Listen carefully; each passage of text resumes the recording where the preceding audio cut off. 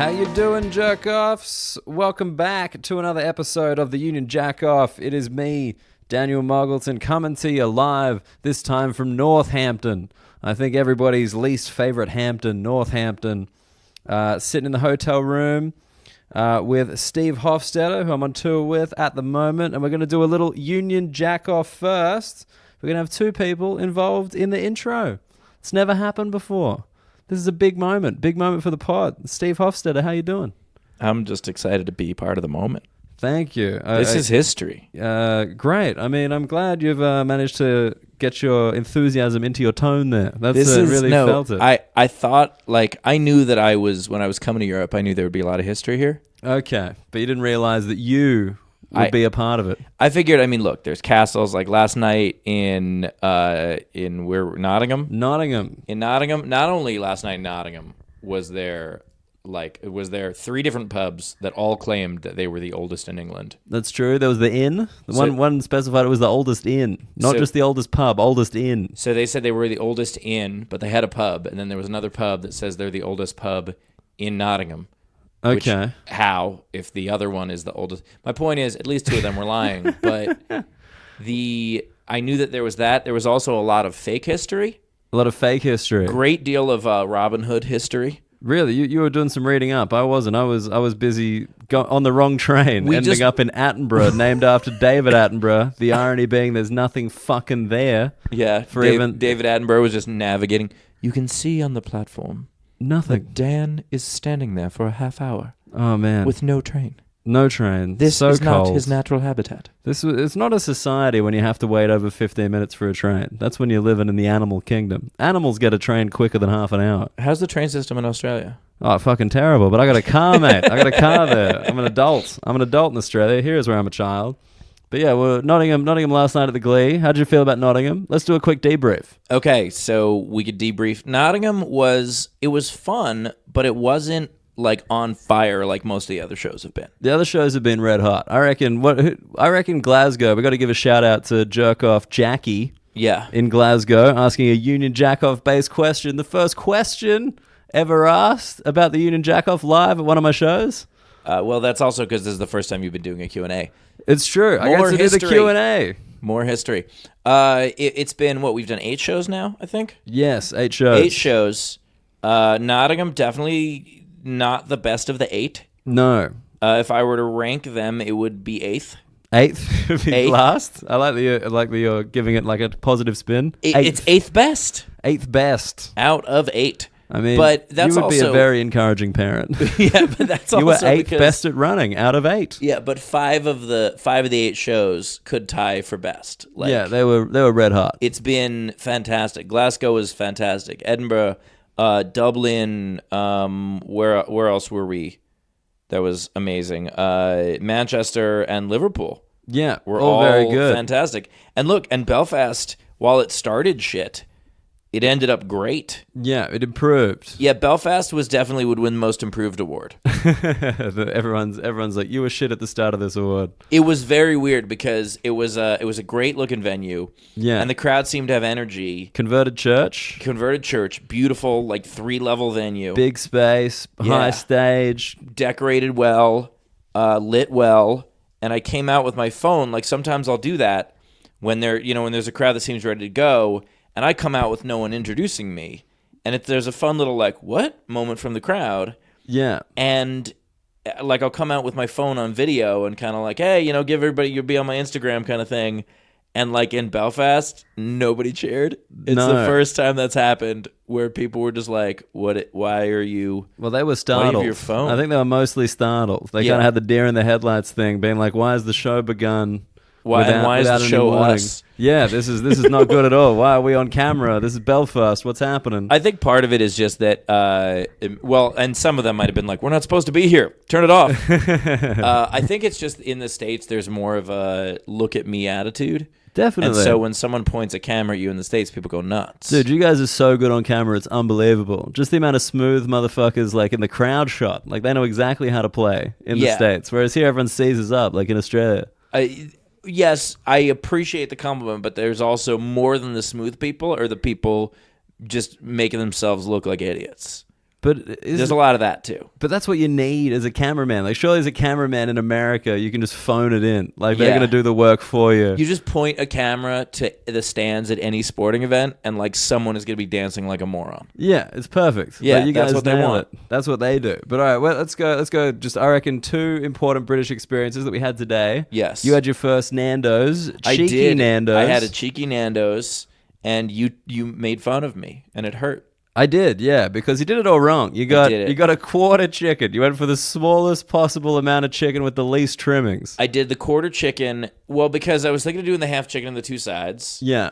But then I was like, wait a minute. If I just do a quarter chicken and 1 side, I could also get dessert. And I was in the mood for dessert. You know, like the dessert thing that you go to Nando's for? Where you're like, hey, I feel like unlimited frozen yogurt. Let's go to Nando's. I was about to order it, and then I saw the unlimited frozen yogurt, and I was like, yes, please. Unbelievable. In the moment. Got my money's worth for sure. Only an American who lives in LA could instinctually choose frozen yogurt. I had 2 pounds of frozen yogurt, and I don't mean the money. No, it means sheer quantity. The weight. You should have seen him put this away. It was like a fetish. It was mango frozen yogurt, so it was healthy. It was fruit. Yeah. Yeah, definitely. Real fruit was in there. It was just fruit. In a country that's never touched a real live mango, they found it in the frozen yogurt. Are mangoes not grown here in England? I mean, they have mangoes here, but they were a poor substitute for an actual mango. Yeah, I found out that actual mangoes are orange, not the yellow that I'm used to them being. Yeah, no, oranges. I think Australia does mangoes correctly. I don't know for sure, but when I tasted a mango in Australia, it tastes amazing.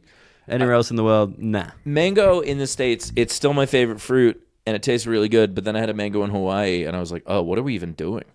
Right. Like, so I mean, in Hawaii, the continental states. Okay. But then I went to Hawaii and had a mango there, and it was like orange and wonderful. And you're like, this is the game changer. This is it. Why I can never have this in a non-tropical climate ever again. I can't do it. Okay. But and then also the train was horrible. The train was horrible. We had your first little train delay. Just quietly upset British people changing platforms and whispering, this is unbelievable. Yeah, it was, no one wanted to be upset by it. Everyone was looking at each other for information. Yeah. There was no one who knew anything, but everyone assumed the person next to them knew something. Yeah. And then I had the dude on the train next to me. So then the train's a little bit crowded, more crowded than usual on the afternoon. And there was a dude who sat next to me playing his music super loud. Like, he had AirPods. Yeah. And it was as if he did not have AirPods. I didn't realize that was him. I thought it must have been someone behind him with no headphones at all. But his AirPods were fucking pumped. There were 4 people playing music. Yeah. On that train. And One was right next to me. it. Can't stand it. It's amazing because Americans are known for obnoxious behavior. That's obnoxious behavior, and you're like, this is unacceptable. Well, because I know about all the obnoxious behavior around me. Uh-huh. And so I don't like it. I like it though because you get a little bit mouthy. Like, I enjoy that about you. Like when that couple was like listening to like Billy Joel at 11 a.m. while drinking a beer. Yeah. You were just kind of like, oh man, this is a great song. You just kind of said that to nobody in particular. Just a little lippy. You know, I enjoy that about you. That was one where I was like, I don't know if this guy is a soccer hooligan. Yeah, because it could be. We were going Liverpool to Manchester, right? It was at Preston, and if anybody knows Preston, it is not nice as a place. I don't think anyone's like, fucking, how dare you say that about Preston? They're like, yeah, that makes sense. Yeah, there's a guy named Preston feeling a little insulted right now. Well, Preston very famously walked off a chat show in the UK. What? Because Simon Amstel made fun of his wife on a chat show, and he walked off. Wait, there is a guy named Preston. He used to be part of a band. I don't remember the band. Oh, I was just making fun of because there are people named Preston. I know, but this is like an actual UK, I would say a cultural moment, like a big cultural moment. And he walked off the set because Simon Amstel was making fun of his wife's book. And yeah, well, don't take that. It's that guy had just learned to read. Yeah, I mean, judging by the writing in the book, his wife had just learned to read also. Yeah, I don't know anything about either of them, but I'm happy to mock them with you. Yeah, fucking get him. I just want to feel like I'm included. Yeah, it was real funny because he's since come out and been like it was wrong to walk off the set of the show. And I mean the set of the show where they make fun of every guest, and you just decided to take it personally while wearing a glittery cardigan. He was wearing a glittery cardigan? A glittery cardigan. So that's someone who wanted to be made fun of. Well, you'd think so, but apparently not. Yeah? Based on his behavior. He was like, look, I wore this glittery cardigan so you would concentrate on this and not how bad my wife's book is. I was trying to distract you with the glittery cardigan. So the glittery cardigan was like the rodeo clown to keep the bull away from the book. Glittery Cardigan is actually the name of my band. Nice. Yeah. I like it. Preston I is dig in it. Wait, we can't keep talking. We're gonna have a proper episode in 2 episodes time. I'm gonna lock you down. Do the episode. We're doing a proper debrief, but I just wanted to say, Steve Hofstede, we still got some dates in the UK and Europe where the jerk-offs are at. Yeah, we're doing London. We added a 3rd show in London and a 2nd show in Brighton. Yeah. Because the other shows are packed. So that's Friday the 22nd. There's still like 10 tickets left for the late show in London. Yes, and then on Sunday the 24th, there's some tickets at in London. Vauxhall Comedy Club, the people who produce this podcast. Yes. So go down to Vauxhall, go see them. Yeah, in Brighton, the 1st show sold out. 2nd show, it's about halfway there, and it's Caroline's. Carolina, Brunswick. Yeah, that's Carolina, the 23rd of November. Correct. And then let's go through Europe real fast. Where are we in Europe? In Europe, we are in Tienen and Belgium, Tienen and Brussels in Belgium. Yeah. Then we are in Amsterdam. Boom, Chicago, great venue. Then Copenhagen. I think we're in Warsaw. Poland. We're in Warsaw, then Copenhagen. I forget the order. We're in Warsaw, then Copenhagen, and then Oslo and Stockholm. Finishing in Sweden. Yeah. And a lot of those are getting close to sold out now. We're packing them in. Yeah, and I hear as a present for supporting you on the tour, you're going to buy me a piece of IKEA furniture in Sweden, the home of IKEA. That is the goal. I'm going to buy you a lamp for your lamp joke. Fucking finally, the lamp joke gets the recognition it deserves. You all know the joke. The lamp joke is the best joke. All right. We're gonna lose Steve Hofstede because it is time to get into this week's episode. And this week's guest, big get on the pod. Have you ever heard of joe.co.uk? Oh, yeah. Have you? Yeah. Really? Yes. What is it? There are a lot of things I've heard of that I don't know what it is. Okay, well... It's a big website. It's a huge website. Yeah. Massive. Like 2 million viewers a month. Yeah, it's a monster. Hold on a second. It's either...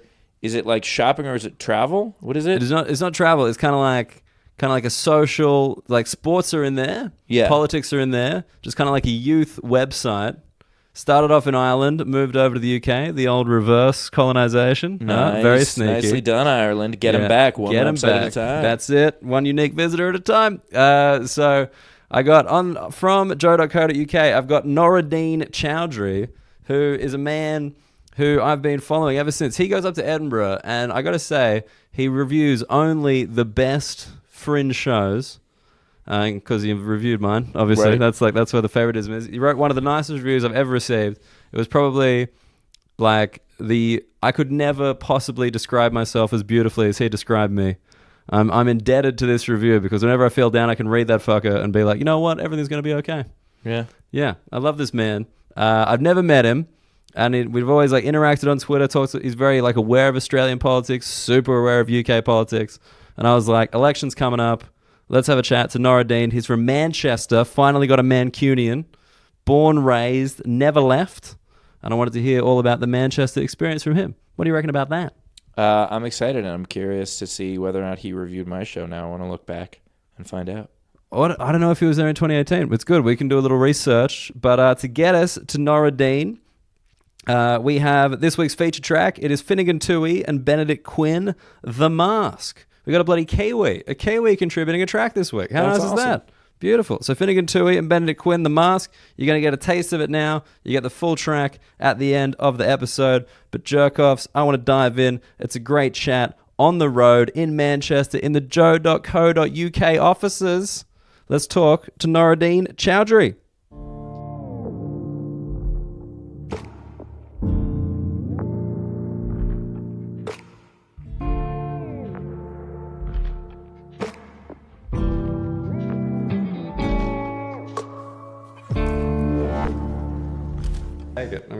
I'm gonna take these out. Yeah. I used to do it with them in. Yeah. Like with just like these little crappy like iPhone headphones just in, and like people would be looking at me funny, and I'm like, yeah, this doesn't feel like a chat between two people. This feels like someone. Well, like in all seriousness, like one thing I really like about what I've heard of your podcast is like it does feel like eavesdropping. Well, that's good. I think that's the best podcasts are the ones that it just feels as if like you're sat there listening to people chat rather than. All right. Well, that is a relief because usually it's a whole fucking production. Yeah.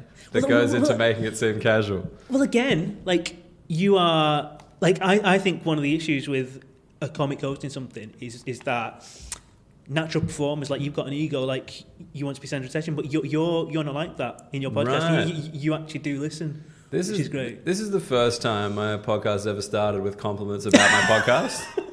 This is sick. From now on, I'm going to insist. Guests listen. Coming here with some compliments in the bag. So listeners like, fuck, Dan, they respect Dan. This is so nice. We just thought he was some guy rolling around. But no, it's really sweet of you. It was funny. I was talking to Evelyn Mock after the last episode, and she was like, "Yeah, like you really let us talk," and I'm like, "Aren't I supposed to?" Like, I don't do a podcast where I interview people every week to tell people more about me.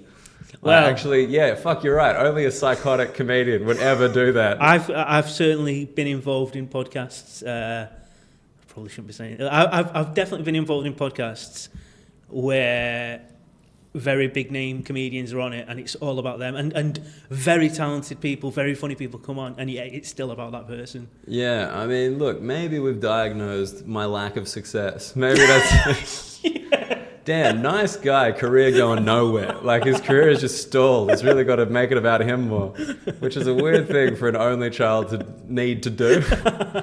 Look, this only child comedian needs to be more selfish. That's what we look for. Oh man, but I got over this view. We're coming to you live from Manchester in the Joe Media. Are we allowed to say we're in the Joe Media offices? Yeah. Oh, thank God. I don't want to offend Joe. Very afraid of Joe. No, it was funny because I think the first time, I don't know what happened. The first time I came across you was through the Quotas Full Boys, because I think they were talking about you, giving them a shout out or something, and I made fun of it. Like, why does everything in this country just have a dude's name? Like, you got a TV channel called Dave. You got your big news website called Joe. Like, I'm not into this. You know what I mean? Like, I don't know who the French fucker is called Pret a Manger, but like, you know, I'm not having this. And they're like, and then I think you commented on something about the episode, and they're like, yeah, bloody probably heard you slag him off. And I was like, oh shit. Is that the one when you were doing? Is it the Home and Away? The Home and Away. Yes. Yeah, dude. That was. I love it. That was so surreal. That was like. I don't know if you realise how much of a big deal like Home and Away Neighbours used to be in this country. I don't know if it is anymore. Really? When I was growing up, literally everyone used to rush home, like from school. What time was it on? What was the time slot? It was around about 5:30, I think. Right. Yeah. And that was, we had, fuck, you're right. Was it is that like your soap opera? Like, was that kind of what it was in this country, like a real soap, or? Yeah. It was. I think we were behind you by about a year. Okay. So, but yeah, like it was on every weekday. You were getting the delayed one. It's like they're still just using flip phones and shit. And you're like, oh yeah, wow, these beach people are really behind. This is weird. I think do you know when you're probably too young for this, when Charlene and Scott got married? Mate, I'm in awe of how much people in this country know about this show. I could not even tell you who Charlene and Scott were. I could name anyone apart from Alf. All right, I got Alf. Well, it was Jason Donovan and Callum Milk. Oh. And the reason I mention it is because I think off that episode of them getting married, Angry Anderson went to number one in the charts, I think, in this country. Right. Why did Angry Anderson go to number one? Because that was the music that was played during the wedding. Oh my God! What a cultural footprint Australia has left. Exactly. Wait, what was it? I thought Kylie was Neighbours, not Home and Away. No, I'm talking about Neighbours now. It was Neighbours. Good, there we go. I do know something about my culture. I actually remember Home and Away launching in this country, because Neighbours was going on for ages, but like Home and Away, it was a bit late on the scene, wasn't it? Are you telling me there was a time before Home and Away and Neighbours? Because I haven't lived in that time. Yeah. I'm like, this is like for the kids who are like, there was a time before Wi-Fi? It's like, yeah, there was. You had to plug in, dude. You had to get that plug going. Oh man. So did you watched it as a kid? Oh yeah, I loved it. Absolutely loved it. Why did you find it interesting? I mean, are you from Manchester? Like, is this like you're born and bred man? Okay, so I guess like as that, it would be interesting. Yeah. To imagine being near water. Well, it was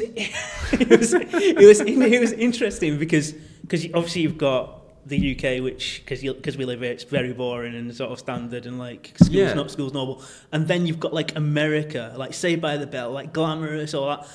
Like Australia, like it was kind of in between culturally. Like it was still kind of glamorous, but not as polished as like the States. Right. So okay. Almost something to aspire to. You still had the lockers. Yeah, because like we didn't. Because American TV, like my friend, like is an Australian comedian, Amos Gill. I'll say his name because he's an egomaniac. I tell you, you're on his podcast, he'd be talking all over you. But no, Amos, he went to America and he opens for Jim Jeffries a lot.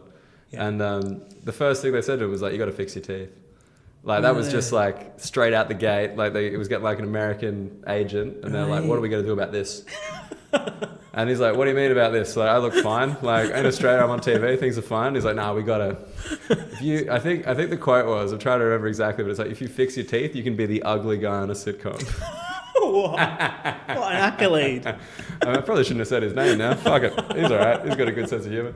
But yeah, just like, oh man, I couldn't believe, like, yeah, American people are too hot. Yeah. Like, I feel much more comfortable here. And another show, I mean, like, Home and Away Neighbours are like the mainstream stuff. Like, if you were sort of like an indie little kid, like Round the Twist, do you remember that? Yeah, Round the Twist, absolutely. Round the Twist, amazing. Round the Twist. Like, yeah. that still holds up. Yeah. Incredible. I don't...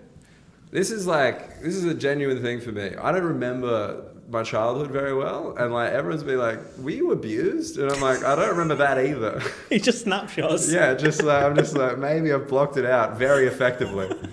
But it is a weird thing, because people reminisce. Like, I got my fiance, so I was like, "Remember watching this?" And I'm like, "No, I don't." And she's like, "What were you doing?" And I'm like, "I don't know." Keeping my mouth shut, I guess. I don't know, but yeah, I do remember watching Round the Twist. And then, what did you have, like, were you the cartoons, like the Ferals? That was a very Australian show with a Z. No. That was like puppets and shit. The only other Australian sort of like type show, I can't remember the name. Like, it was a kid. It was a little bit like Round the Twist, except the kid was in a band. Oh, that sounds familiar, but I can't. As soon as anyone listens to this, they'll know exactly what I'm talking about. But I can't remember. But get in touch with both of us. Yeah, exactly. Yeah. Just tag us and stuff. Well, I should say who I'm bloody here with. I'm here with Nooruddean Choudry. That's me. Did I nail all of that? Beautifully pronounced. Thank fuck. I'll be honest, it's the first time we've met. Like we've interacted, as is the beauty of the internet. But I've never said this name. It goes by the Beta Genius. I can't go with that though. I hate that. Why? Where did it come from? The Bearded Genius. My first sort of like, because like Twitter, like it was all new when I started, and like I had, do you know George Best, the footballer? Yes. He was my avatar. So he was the Bearded Genius, not me. Right. So you would name George Best is known as the Beard. Is George Best Northern Ireland? Yeah. Yeah. Okay. Because we're just in Belfast, and that's how I know. I'm like, all right. I swear I've seen the name George Best fucking everywhere recently. So there we go. But it's a horrible name. Like Bearded Genius. Like, it means nothing. Like, and I love the fact that anyone who corrects me always says, "You've not got a beard," as if like. The genius is fine. You can call yourself a genius. Right. Oh, you're self-conscious about that. I thought the beard was the main issue. That's what it's both. It's kind of like I've written like serious pieces about like politics in this country and how sort of corrupt everything is and how everything is loaded against the left and everything, all this, and then it's by Bearded Genius. It's ridiculous. It's ridiculous. Just completely undermines it. Yeah, exactly. Man, that's like I got this theory about like Australian racism. Like the reason that we get away with it more is because everyone's got a nickname. Like, that's why it's just like, David, you can't say that. Davo, oh, fine. Like, don't worry about it. Not a big issue. He'll learn one day. It's just Davo. There's definitely something. Is it what's the name for it? Is it larrikin? Larrikin, yeah. There's almost like a knockabout sort of like Australian sort of stereotype where it softens it. Dude, absolutely. Like, I mean, this is speaking as a white man. Let's fucking sum up racism. Let's do it. But no, genuinely, I think it, in Australia, in my experience, it's far less insidious. It's like kind of, obviously the best kind is none. But like, this is like, there's less to it. Here it feels very ingrained. Like when people say racist shit, you're like, oh, that's like, from the heart. Oh, yeah. He's written that down somewhere. You're different because obviously you're very smart and sort of clued up. The Bearded Genius is calling me smart. Bearded Genius. No, but like, and also, which is important. You're well travelled and everything. Yeah. But generally, no disrespect, but I think of Australians kind of in the same way as I think of old people. Like, it's kind of like a little bit racist. But they mean well. Yeah. I know, they lived in a different place. I mean, I think that's actually part of it. Like, just the sheer, like, the experience of, like, black and brown people and Asian people. Well, let's say Asian people, because we have more Asian people. Yeah. So I think it's, like, mainly black and brown in Australia. We're just excited to see them. Like, and it just kind of, it comes out in this weird, like, but I know stuff about you. And it's like, we're not all the same. Like, that kind of vibe. I'll clarify that. I think, Asian, as in East Asian, I think that can be real racism, and obviously like the native people. Oh yeah, the indigenous population. That's a whole that's different. fucking real. Yeah. But like for instance, I've spoken to an Australian person who used the P word, which obviously people would be hugely offensive over here. But like he was talking about in terms of just like the Pakistani cricket team, like that's a nickname for them. Dude, that was like printable in the papers until like I reckon 2004, maybe, because I'm a big cricket fan from like back in the day, and like if you listen to the 12th Man, like that's what they're like. Just as you'd say the Poms, you'd say, but it wasn't seen as a loaded. No, not like it was in this country. No, you'd never. That's the thing. You'd just never yell it at anyone. Like it wouldn't, unless you like at a cricket match with the international team, like during a test. Like you might, but not hatefully. Yeah. You'd just be like, like yours. Yeah. Oh man, it's so weird because like here, it's just like the fact that you said like the P word. It took me a second. I'm like, what's he talking? Like prick? Like what? Like I'm not there. But yeah, it's funny, man. Just because like I think it's gonna be weird going back because I'm going back soon, and just like I live Shoreditch in London, very diverse, and it's gonna be odd. When you say go back, do you mean just for a tour or? I'm back for like about 6 months to a year, getting married and stuff. Proper life things. Yeah.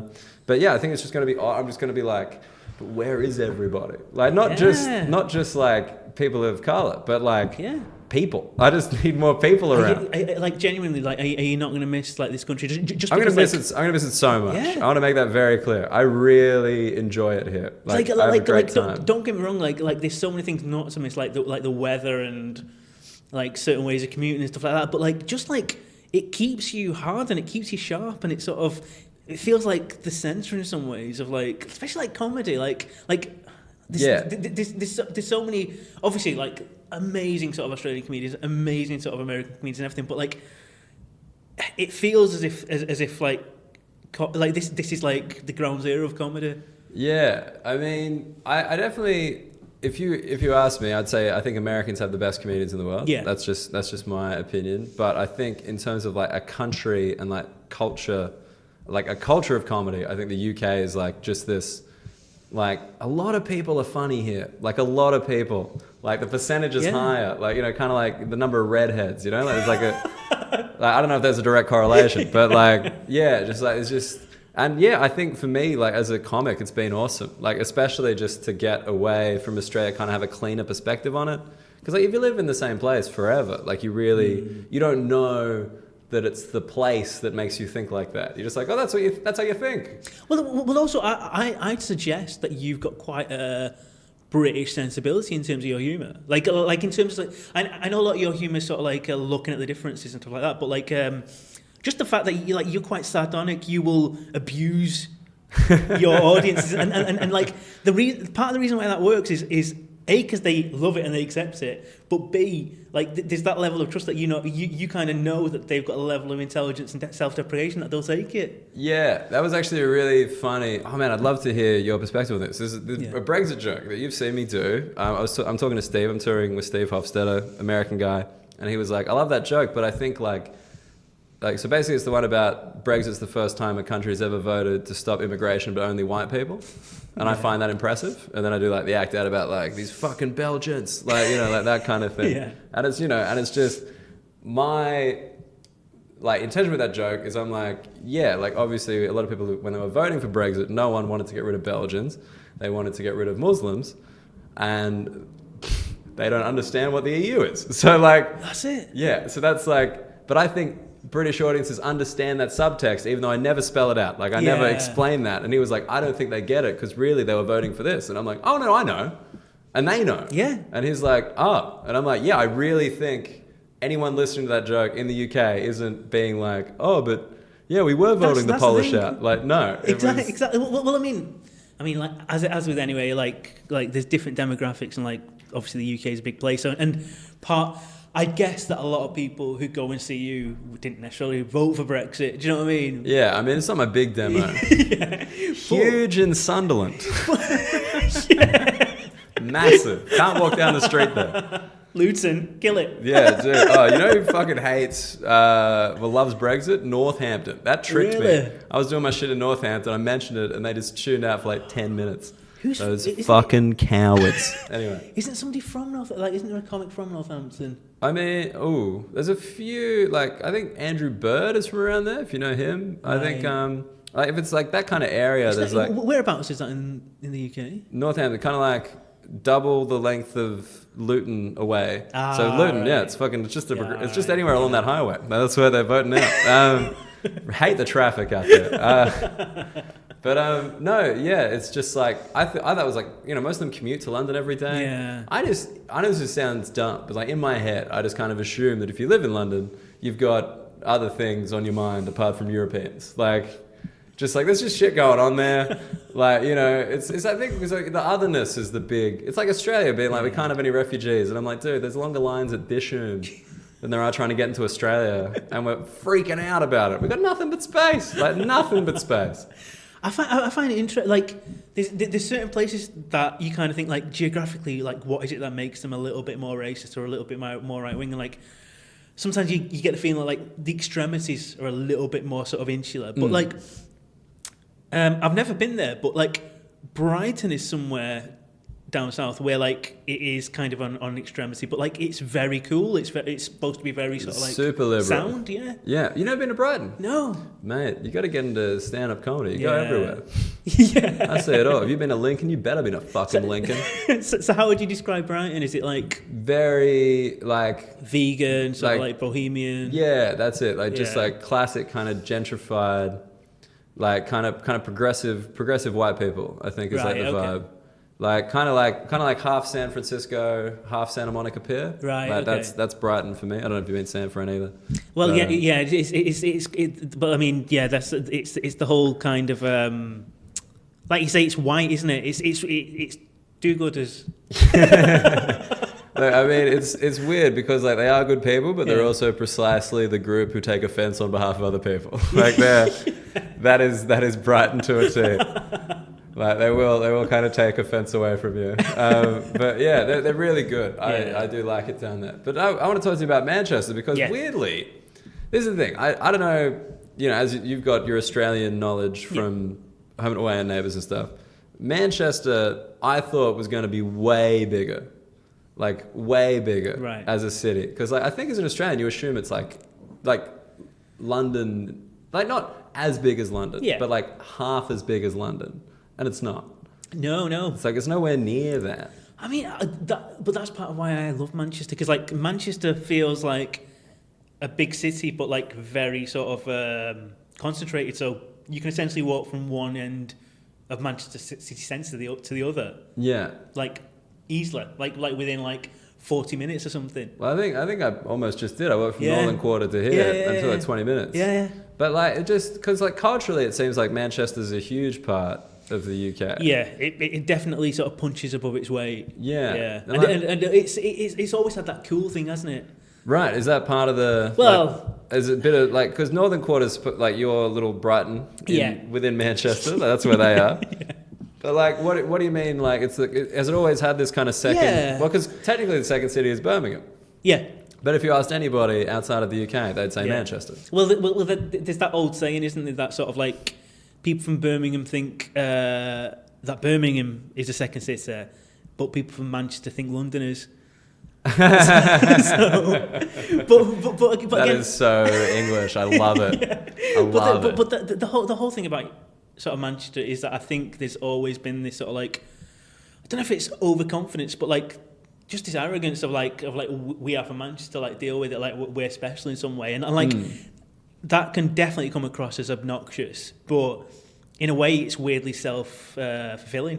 Because if enough people say it, start believing it. Because, like, I mean, like Oasis and like. Well, that's what I mean. When you're describing this, like, you believe it, you do it. Like it's Oasis. I'm like, they're just like, we're the best band in the world. And they're like, all right. The only thing I'd say.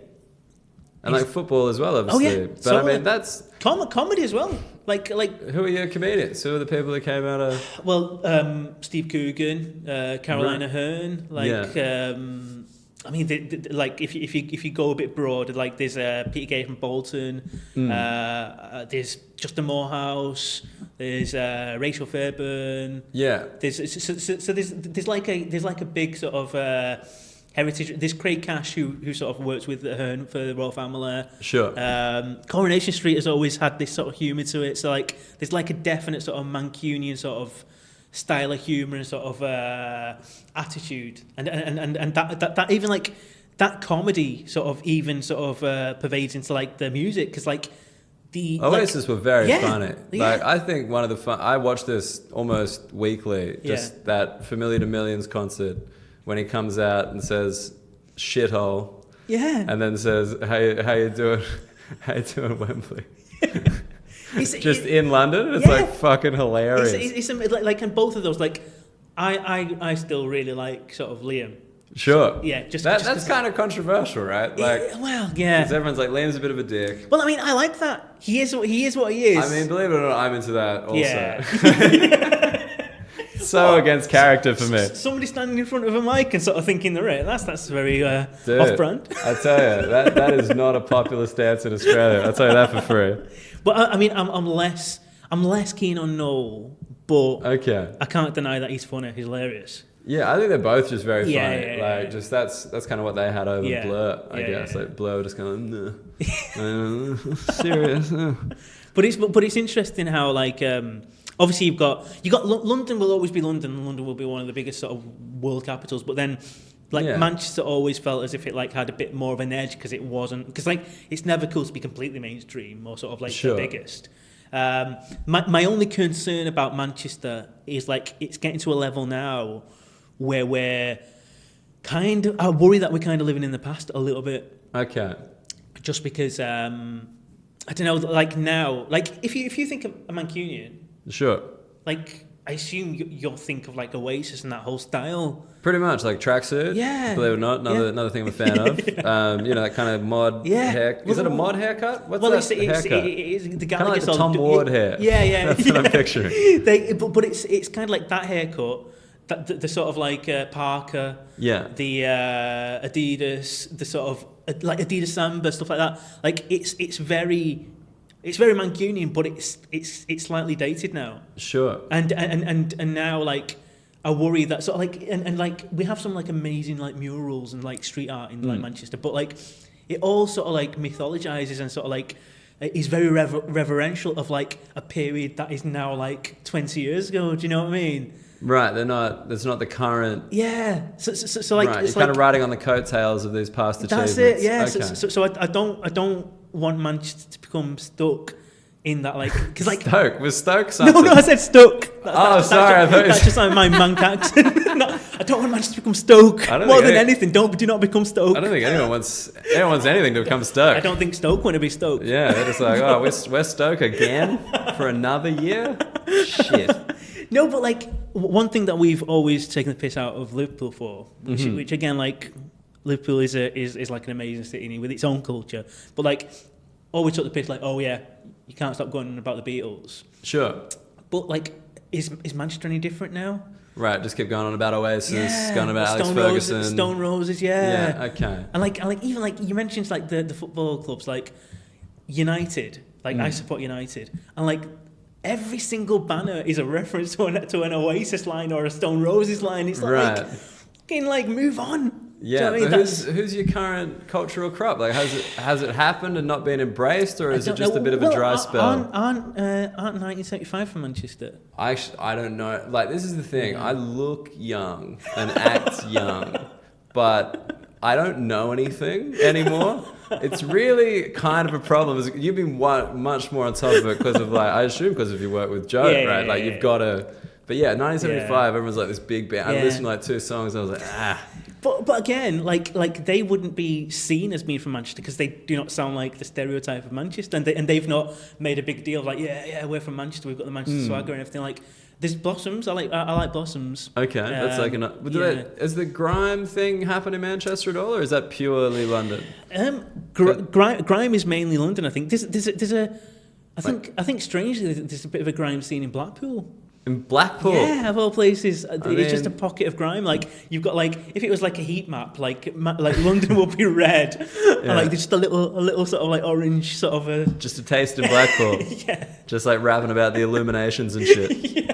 That makes no sense to me. Blackpool. I mean, it's grim. All right, maybe that's what you need for grime. That's it. Just a bit of grimness. Yeah, because like, it's funny you say that about Manchester, because I think that about Australia as like a whole. I think like we're kind of still trying to act like we're a shirtless dude on a surfboard drinking a beer. Yeah. When it's like, no, we're like a, conservative country locking off our borders who invented Wi-Fi, complaining about coffee. Like, like we're not. Did you have Egg Boy?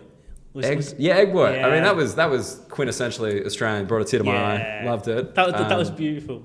It was just like, that was the guy who hit our conservative politician in the head with an egg and then got choked out by like 6 men. Do you know like what I found amazing about that is that, I mean, obviously the fact he did it, but it was just the dead eyes. He had no expression. He just did it. Yeah. No sort of like elation of things. Just like, I'm fucking doing this, and I've done it. There you go. But attack me, jump on me. In Australia, we've got this thing called tall poppy syndrome. Right. So even if you're egging a politician, you better act real humble. You gotta act humble mid-egg. It's like, excuse me, sir. Yeah, just sorry, mate. Tackle me now, please. Yeah. No, I find that funny. Like, that was kind of like Australia's like little social media moment of like the last 12 months, and then your one was Alex from Glasgow. Yes. And it's like you guys just music, because I think like when I think of the UK like culturally contributing, like music is the one where I think no one holds a candle to. No. As a country, it's absurd. Like just every band either is from here, came up here, or like coming here is what made them the band. Yeah. And it's like, it's awesome. Like the live culture here, like... What music's come out of Australia?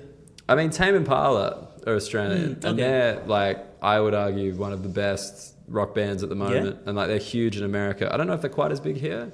Well, we were talking about them the other day. A song came on, and I asked one like, "Oh, who's that?" And yeah, it was them. Yeah, so I'm not that familiar, but yeah, good music. Yeah. Yeah, Tame Impala. We got I'm gonna forget her name. Alex, girl, guitar. Courtney Barnett. Oh yeah, she's great. Yeah, she's killing it. Yeah, we haven't had too much recently. We got like this horrible thing called like Australian rap music, and that's tough. I love sort of these pockets of like white rap. Like I've not heard Australian rap, but I assume it's kind of similar to Irish rap. Like Irish rap, like there's a scene. But like the Rubber Bandits? No, the Rubber Bandits are just objectively brilliant. Yeah. Because again, very funny, very witty. Absolutely. Well, that's the thing about like Australian rap, like because I think like British white people rap is like funny. Yeah. Like whereas Australia, like it does American like rap lyrics with Australian modesty. Yeah. Which is very embarrassing. Like they're just like how good am I? Actually pretty okay. I still live with my parents, and you're like, what? The fuck is this? Like, it's so hard to be an Australian with confidence publicly. That's like our great national shame. I'll be honest. Like if I didn't know where you're from, I would assume that you're from New Zealand. Really? Yeah. I've never even been. I don't know. It's purely because like I know a big part of your act is sort of like this sort of like I'm going to be addicted. Yeah, but like it's I don't know. There's something about the understated sort of sardonic sort of style of humour. It just reminds me of sort of like stuff that I've seen come out of New Zealand. That's interesting. Yeah, I mean, but at the same time, like if you look at Australian comics, like the current ones, I think there'd be a fair few who are similar. Like just without the confidence, I think that's the main thing. But that I've developed more here. Yeah. Like, because you guys love it. Like, you know, that's a straight lift from like watching Stuart Lee doing it. I'm like, that seems awesome. Like, can I do that? Like, you know, like Anthony Jeselnik as well, just kind of coming at you. But I think, as you said, like, I think here you like that thing, that joke about I say everyone's ugly. And then at the end, I'm like, you guys have the best sense of humor in the world because I can say that. And you guys are like, like that's all true. Like that just came out on stage one night. I didn't plan to write that. Yeah. I just meant it. I was like, you guys really, this is incredible that you let me do this. But like, wait, so how, we should explain Joe a little bit because like, you know, not everyone who listens to this is from the UK. Like most of them are. But like, it started in Ireland. Yeah. And then it's come across. Yeah. And it's just, what, like a youth media? It's really hard to describe because I was one of the I was one of the people who sort of started it in the UK. Like they got me involved, sort of like in the group of like 4 or 5 people who sort of started. Sorry, in the UK. we should just say you're a journalist.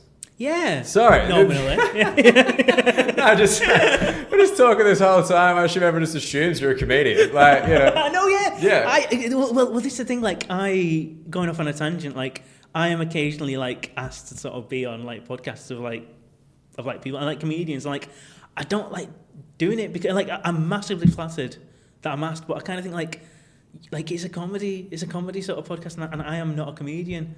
Like now, like if people read through your sort of like your podcast, like they'll be like, yeah, all like who's this guy? Who's this guy with the weird name? But I'm into that though, because I mean this podcast isn't about comedy; it's about the UK. No, true. You probably have much more justified opinions about the UK than a comedian would. Yeah. And like one of my favorite episodes, just like in terms of interest for me, it was a guy who's an esports commentator. He's like a friend of mine who got into esports like at kind of the same time that I got into comedy. Yeah. And it's just like, it's just a different world. Yeah. And it's so fascinating to me. He's an English guy who lived in Australia, and then esports, I think he's based out of like Idaho? Right. And just like, why?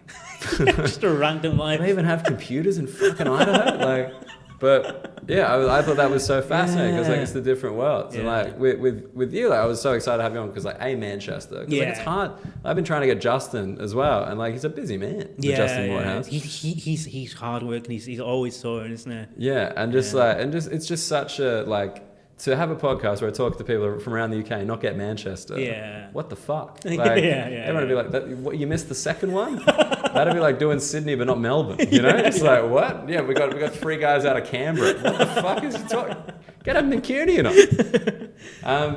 So in terms of Joe, so like we brought in this into the UK, and nominally to start off with, it was like a men's website.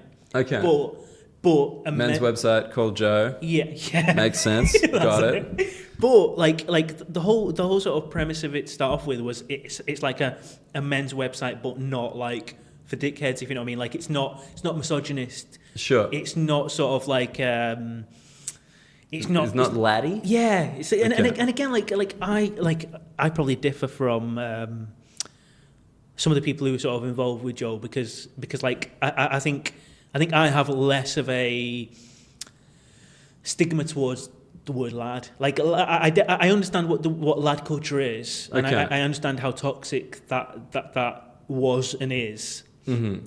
But like the word lad, like in Manchester, like that just means a lad, like a guy. Yeah. Just a young guy. Yeah, or even can get older. We can skew. You can skew older. Exactly. Depends how drunk you are on the train. You know. Exactly. But like it was never. And like again, like this parts of, if you separate out sort of like what lad culture is, there's parts that are horrible and toxic and sort of nasty and sort of punching down and just aggressive and yobbish and not nice. But then like. There's other parts where you think like there's working class people, there's working class young men that enjoy parts of it, like enjoy the football aspect or enjoy like what's wrong with going out and getting drunk and enjoying yourself or taking drugs? You know what I mean? Like as long as you're not hurting anyone else, like that is a form of life. Yeah. And as sort of like. As toxic as some brands could be in sort of like trying to sort of cover that, like there's still a validity to it. You don't just sort of ignore it and say, "Oh, that's all lads are idiots." So I suppose when Joe started, like certainly for me, like the feeling was that like there's a way of communicating to a mainstream male audience that's not punching down, that's not talking down. But has an element of intelligence and wit, hopefully. Right, and they're going to appreciate that. Yeah. Because that makes total sense to me. But like, I think in Australia it's like bloke culture. Yeah. And like, there are these like insidious elements to it, but that doesn't mean like you throw the baby out with the bathwater. You know what I mean? Yeah. And well, again, like, I'm sure you'll be able to appreciate that sort of like in terms of this whole sort of Brexit argument that seems to sort of. Take over every sort of discussion like it is now.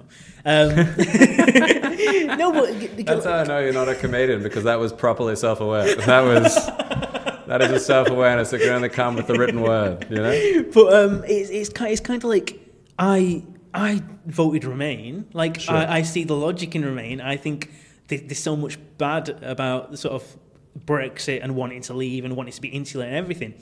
However, like I cannot stand elements of like the Remain side, like the sort of patronising, condescending sort of like Yeah, it's horrible. absolutely. It's very smug. Yeah. It's like I mean that's I don't know. Yeah, you've obviously spoken about my comedy because you saw my show in Edinburgh.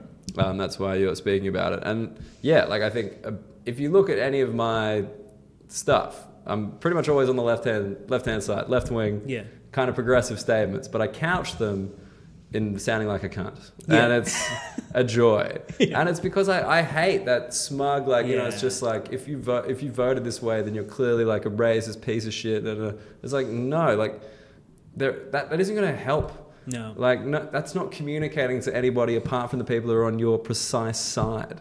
And like, that's so, yeah, I couldn't agree more. That's basically. exactly it. I think generally, like any sort of society, I think you've got maybe 10-15% on one end who are really decent, sound people, and then you've got 10-15% that are horrible, sort of racist, xenophobic, misogynist people who will never change their mind.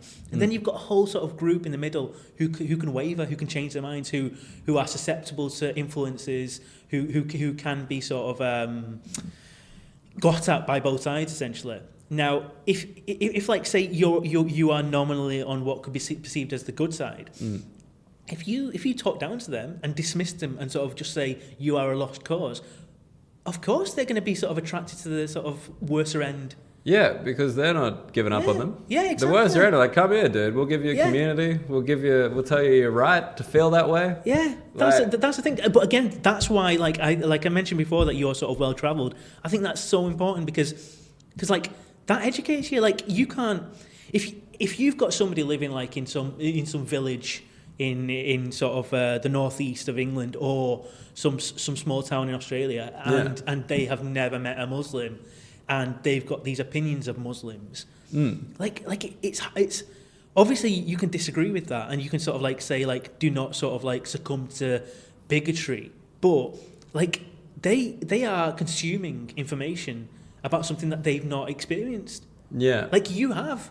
Of course. I've got a first-hand experience to go with this word. Yeah. Like a face That's it. to this whole thing. And they don't. And like, yeah, I mean, that's even just like, forget it, like just outside of London. Like, you know, you go to Guildford, dude. It reminds me of home. That's all I can say.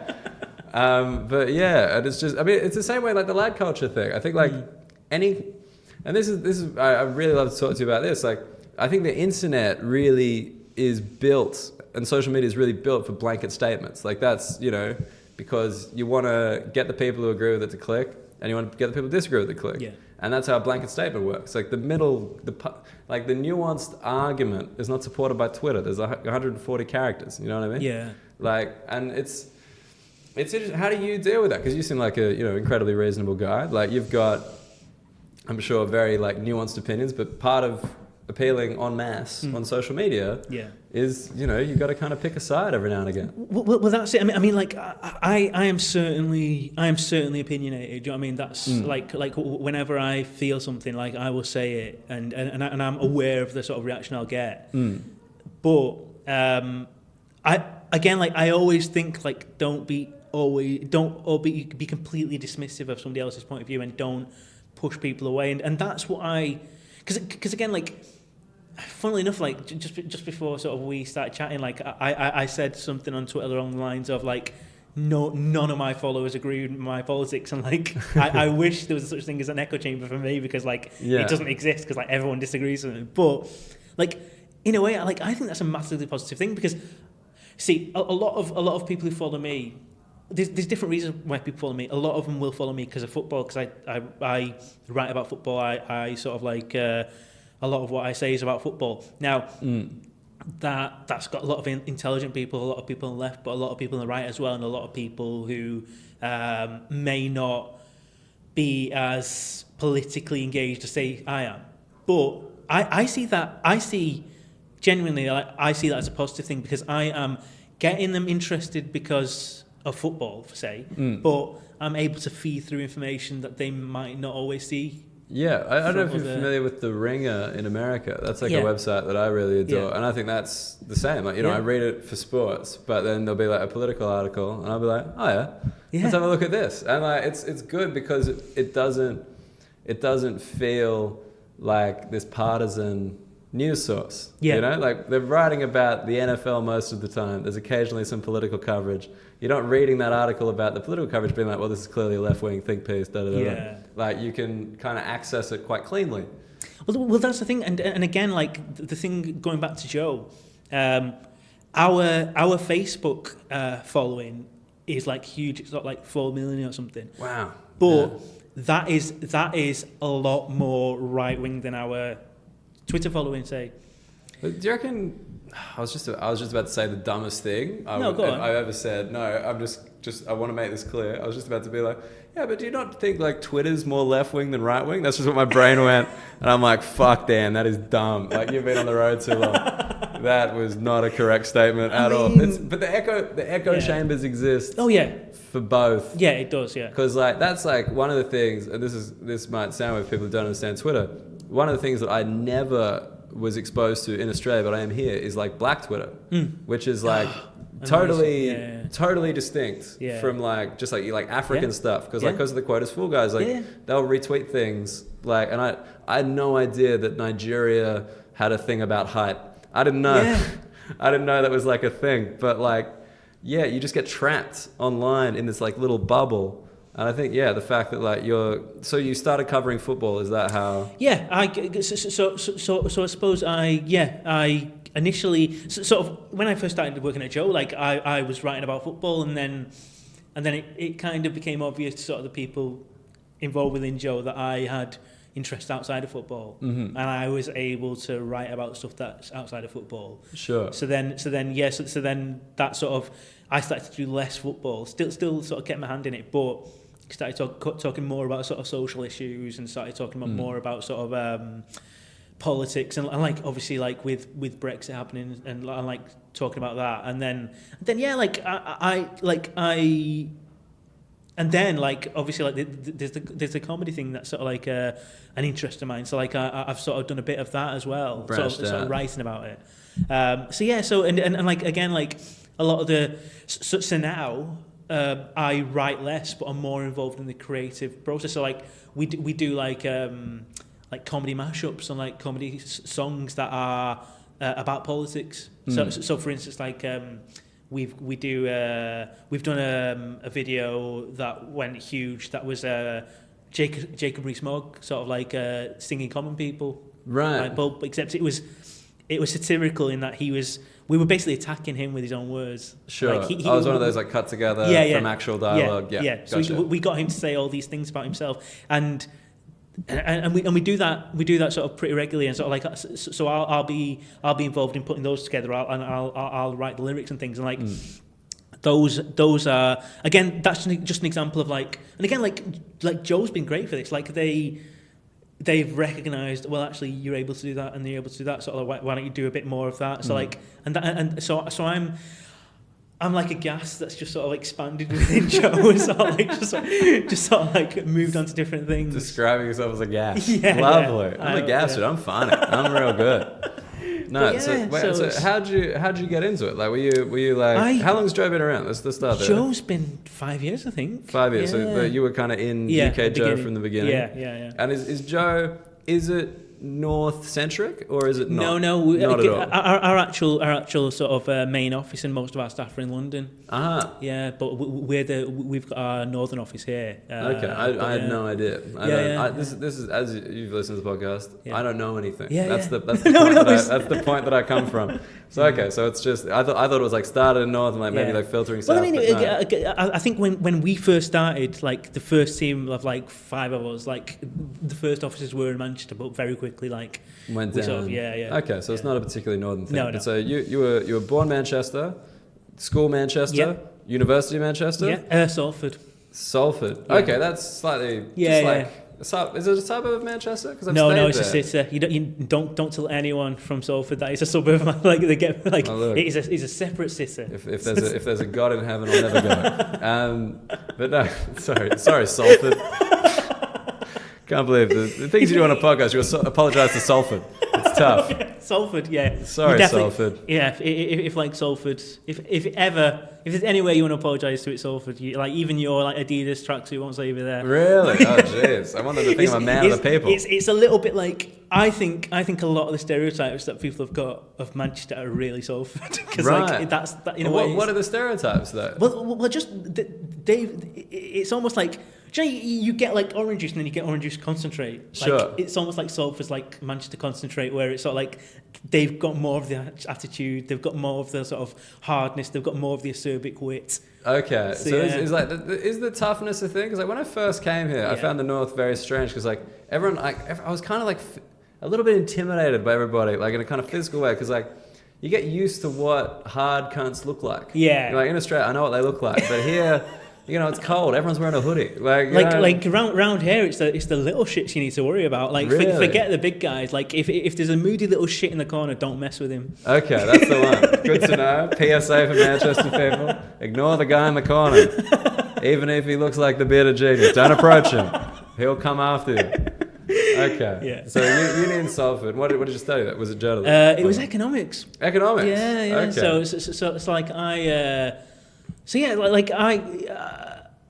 I was younger than that, like I always thought like, oh, I'd like to go into journalism, but like it never felt like it was for me because like I'm from like a proper working class area, like even in Manchester, like do you know that in the same way that sort of Manchester sort of looks down at London as being like that there London, sort of like it's posh and sort of like sure. Like even like North Manchester looks down at South Manchester, sort of like I mean, so posh. You soppy Southerners, you know what I mean? And then I'm from a place called Crumpsall, and I still live there. Crumpsall, yeah. Look, it even doesn't sounds. Yeah, I gotta say, there's like a thing with English towns where like if they're shit, they sound shit. Like Crumpsall, look. Like what's the one where The Office is set? Oh, Slough. Yeah, you're like, ugh. Like, yeah, oh, Grimsby. Like, Grimsby, yeah. Grimsby is like my favourite because I just like, yeah, look, we just called it how we saw it. Grimsby is grim. That's okay. So North Manchester. Were your parents born here? My parents are from Pakistan. From Pakistan? Yeah, okay, because I was going to say like your accent is like northern as fuck. Yeah. Like I'm right there with you, but like I didn't hear any traces of anywhere.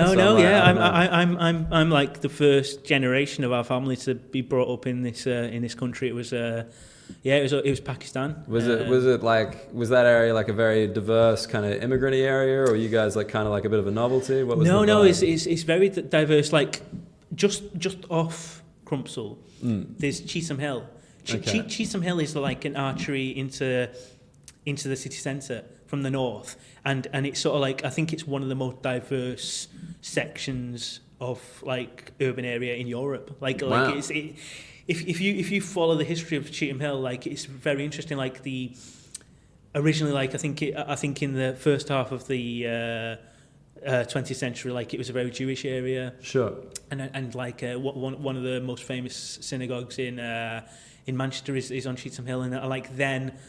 As the Asian diaspora came in, like it became very sort of Pakistani, and like now, like there's more elements of like Eastern European, and like there's Polish shops now, and like there's wow, so it's kind of like a first port of call. Yeah. It's very New York. What's that island? Ellis Island. Ellis Island. There you go. We got it. You got that. Yeah. Fuck yeah. I love talking to you because like a comedian just be like, oh yeah, no, I know what you're talking about. Yeah, no, it's an island like Coney. The fuck out of here. So it's very diverse. Right. So it wasn't a big deal being Pakistani. No. It's it was never like that. I'll tell you what was hard was so from this quite sort of working class sort of area, and when I finished primary school, which was a sort of 11, 12-year-old sort of age. Like, all my mates went to the local sort of state school, but because of my bloody parents, I did an 11 plus, and I got into a grammar school. What's an 11 plus? It's the exam you take to go to a good school. Yeah, to go an to entrance exam. Yes, yeah. There we go. Yeah. I gotcha. Don't get too local on me. All right. So I ended up going to a grammar school, which I hated. I went from a little public school to like a private school, and I also disliked it immensely. Yeah, but it just never fitted in. Was the grammar thing? Was it like an otherwise private school that you had earned a scholarship to, or was it selective? Because I did well enough in the entrance exam, I didn't have to pay the normal fee to go there. Scholarship, but yeah, like everyone felt a lot posher than me. Like everyone, like on half term holidays, like I'd be helping my dad in his shop. They'd like be going skiing. Yeah, do you know what I mean? So it was skiing. Yeah, that's how you know. My school, we had ski camp that you could go on. Yeah. And I was like, I did not know about this. But my parents like tricked me because like my dad did very well, but he never told me. Yeah. And my parents were split. I lived with my mum as a nurse, so like, didn't have a lot of money. But like, I just didn't know that I was wealthy. And I wish he told me earlier because I could be such a cunt. I could imagine if I lent into that aspect of my personality, just being like rich white dude, I would crush it. I would crush it, man. It would be unbelievable. I've just got this image in my head of it's like Jungle Book where like it's like Mowgli doesn't realise he's a human, like you don't realise. You just literally like it's me just going around being like, man, it's so hard with all these rich kids. I wish I was. And then you find out and you're like, fuck, I wish I was anything but a rich kid too. Just a little bit interesting. Yeah. But so like I hated it at grammar school. Didn't fit in. Was that less diverse? I assume. Grammar school. Much less diverse. Like, so did you get to be the guy? Like, did you get to be basically, like the brown guy, the Muslim guy? Yeah, are you Muslim? No. Yeah, Muslim. Yeah. Okay. So there was very few. Was like as in like had to go to like standard assembly and sort of learn the Lord's Prayer and all that. So it was a religious school as well, like a Christian. Yeah. Okay. So never really fitted in, never really sort of like, like even like I was a pretty bright kid, but I always felt as if I was a bit behind the other kids in terms of like the confidence and also they had like a posh primary school that fed into the high school, and I was part of that. So there was all that, but I suppose like looking back, as much as I didn't enjoy it. I suppose you learn to speak to people and sort of like interact with people in certain ways, but also I think that gave me a healthy sort of resentment of middle class sort of like and people of authority. Sure. Because ever since then, I've never felt below anyone. Like it doesn't matter. Like if you're in charge, or you speak with authority, or you are part of the government, or you are sort of in any sort of area of sort of establishment, I've got no fucking like. You have to earn my respect. Yeah, that's so funny. That's very similar to me. Yeah. I used to get in trouble at school for that. Yeah. Because they'd be like, I'm your teacher, you have to respect me. And I'd be like, but you haven't done anything to earn that. But I think that's if that's the only thing. It's useful in life. Yeah. At school, real pain in the ass. Yeah. You're just a horrible little prick that sort of questioning everything. Yeah, but then I assume uni was a much nicer experience because you could just kind of do what you want and you just get to... Exactly. Except like when it came to uni time, like when like everyone else was like, oh, where are you going? Like Oxford or Cambridge? I was like, well, it sounds like Oxford. It's like Salford. Sounds like... Doing a charades thing? If you say it quickly. Yeah. Was like, did you just not get the grades for the other ones? I was always crap at exams. Like, right. I never enjoyed them. But like, also like, I'd never want to. Like, have you ever seen the documentaries where like you've got these? Occasionally, you have these documentaries on Channel 4 where you've got these immigrant families or like these working class families that are pushing their kids to sort of like get into Oxford or Cambridge. And like, and again, like I think it's an immigrant attitude of like you want your kids to sort of like fit in and sort of like reach a sort of. And it's a point of pride as well. Yeah. I was just at a Brick Lane like curry house. Yeah. And the guy was telling me how his kids are at Cambridge. Like, exactly. It's like we did it, dude. Yeah. Like, and I'm like, hey, that's awesome. Yeah. Like, and that's he's brilliant. like, leave this as a TripAdvisor review, and I'm like, no, that's not very ridiculous. But that's brilliant. But then I've seen these you watch these documentaries and then.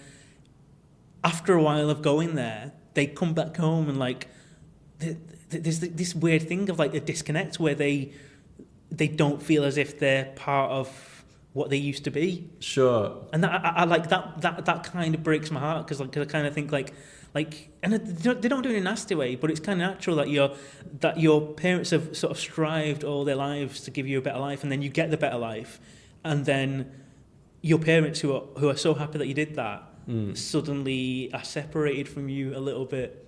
So right. I like personally, I would never want sort of a kid of mine to go to Oxford or Cambridge, just because I kind of think like I'm saying that like people sort of from minorities or sort of like any background shouldn't go to Oxford or Cambridge, but I just think there's a value in living a more standard life that is beyond sort of like the contact you'd make or even the education you'd get. Like I'm so grateful that I went to fucking Salford.